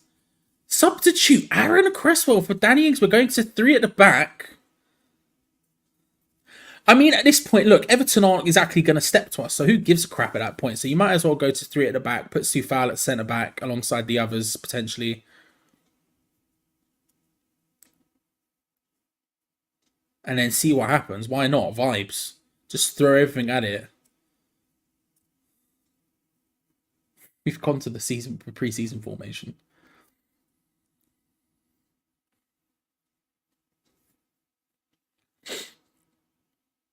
See how it ends up playing out.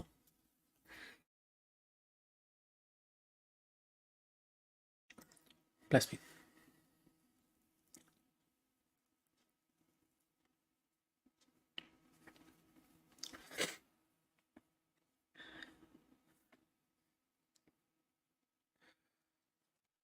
Play to Alvarez. Targets involved. Yeah, we're now sort of playing a 3-5-1-2.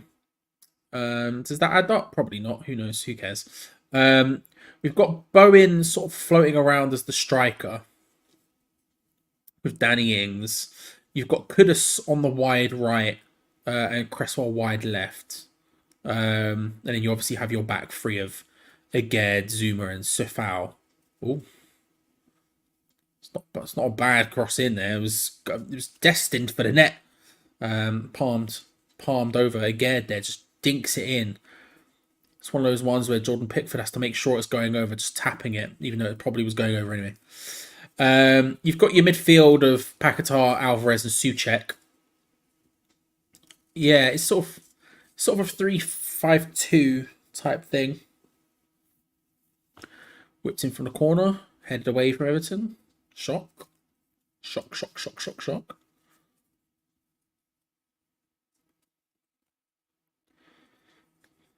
I mean, if you're going to do something with Danny Ings, you might as well put him in this formation. It's the one in pre-season he looked best in, to be fair. Or Paquetá does really well there. Flicks it in. Ben Rama lays it short. Again, goes for a shot.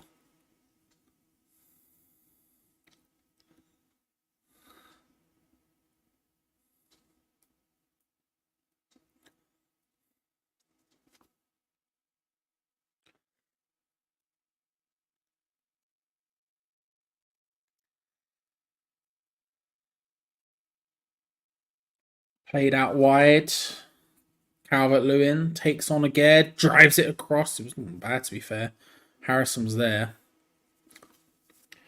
And what can only be described as a fucking shit pass from the back means Everton have a throw in. It is an omni shambles, Arthur. You're right. This is some classic omni shambles maneuver. Shout out Malcolm Tucker. It's definitely an omni shambles. So Dominic Calvert-Lewin's going to be the one to come off after his goal earlier.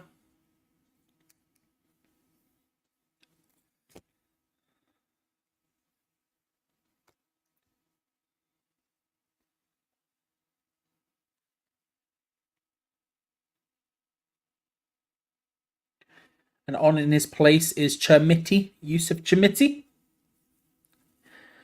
I'll be honest with you, never seen him play. Know nothing about him. Never seen him play. But he's on up front, so.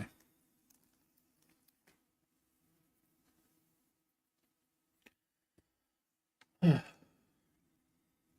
a couple of minutes to go. One more minute and then stoppage time. Yeah, there is a lot of white seats. There's a lot of white seats. Areola to take the goal kick. Shot to Gerd, played forward. The big boot goes about as far as Everton and they come away with the ball. And Thomas Souček wins it back. And we're back at Areola. Back again. You love to see it.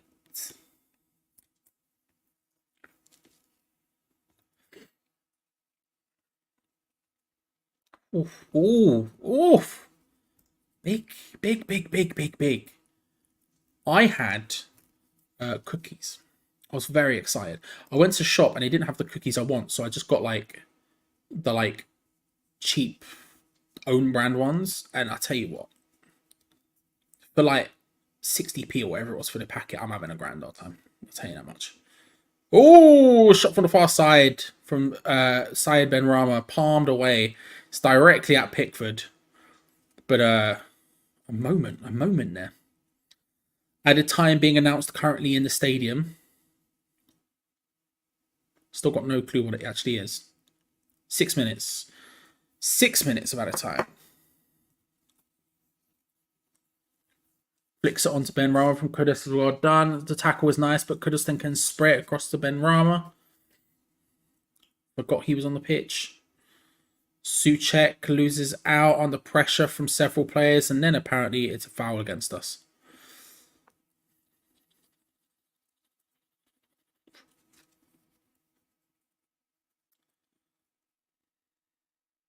It's good volley from Ben Rama. Never. I mean, it was one of those ones where it's like it's never gonna happen, but you know, it's fun to watch. The Nutella-flavored popcorn, that's beautiful. I need that in my life. I need that in my life. I love popcorn. Popcorn's great. Let's just talk about popcorn. Popcorn's awesome. Love a bit of popcorn. I need that in my life. I'm so tired. My brain is just crumbling.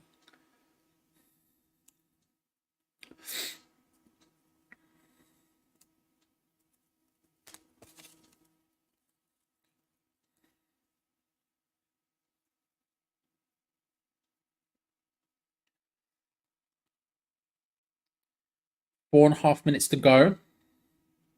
Everton with the throw deep in our territory. They instantly lose out on the ball. And play the ball quicker so far. Nice first time pass from Paquetá to the feet of Kudus. Take him on. No, take him on, bro. I mean, he's tired, to be fair. He's probably tired, but... Whipped across. For Ben Rama. Terms poor, but we win a throw in anyway. A very late night, Dave. I just couldn't sleep. Find it impossible to sleep now. So, I'm in a period of just like massive sleep deprivation in my life. I had 3 hours last night, so I was still awake at like 8 something. So bad.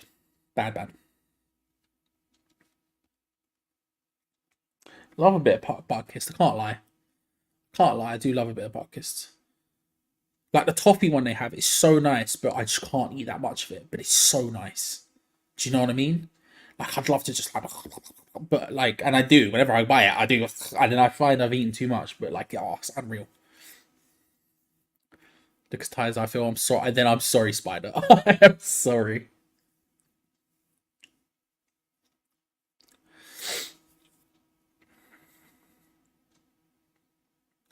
Three minutes to go. Mikalenko to take the throw in on the left-hand side for Everton.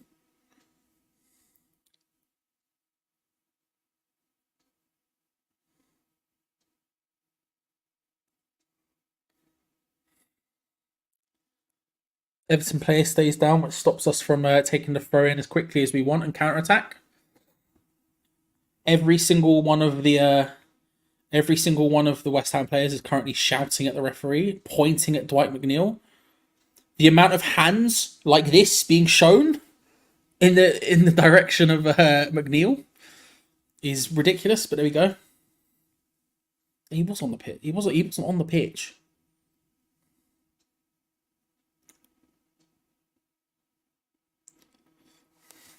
I would agree with you, X the special. I think it's worth the Villa performance as well, to be honest. Like, Villa ended up being crap, but I was like, it just wasn't whatever. There's just nothing. It's just nothing. Outside of that early 25 minutes, it's just been jack shit. There's just nothing there. There's just nothing there.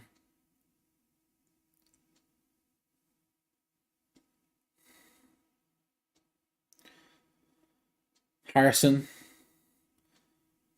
stopping Ben Rama, who's twisting and turning.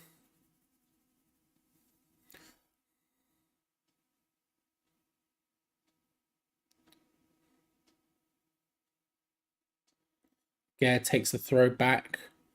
Pile drive in from, I think Paquetá first time doesn't work out. Areola comes and collects up on the halfway line, pings it forward looking for Kudus. Wins a throw, we take that. Sofal takes that one quickly into the path of Kudus, back to Sofal, trying to create something, those two.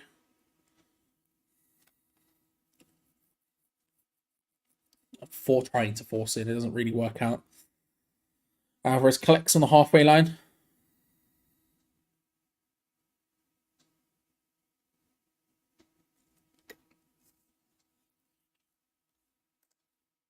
Yeah. That's the thing. Danny Ings looking for the cross. Pickford collects. Starts praying on top of the ball. Grasping it. Game's about to finish. Yeah, I agree. Just nothing. Just absolutely nothing, Adrian.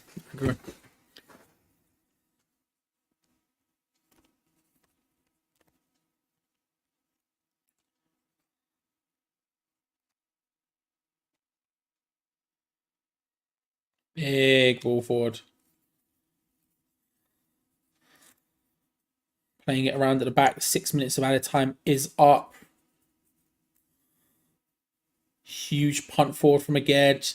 Lands at the foot of Mohamed Kudus. Can something happen right at the end? Jared Bowen cross deflects into the hands of Jordan Pickford, who literally takes a knee. Literally takes a knee. I can see in the chat, so I don't think I'm going to bother looking at you.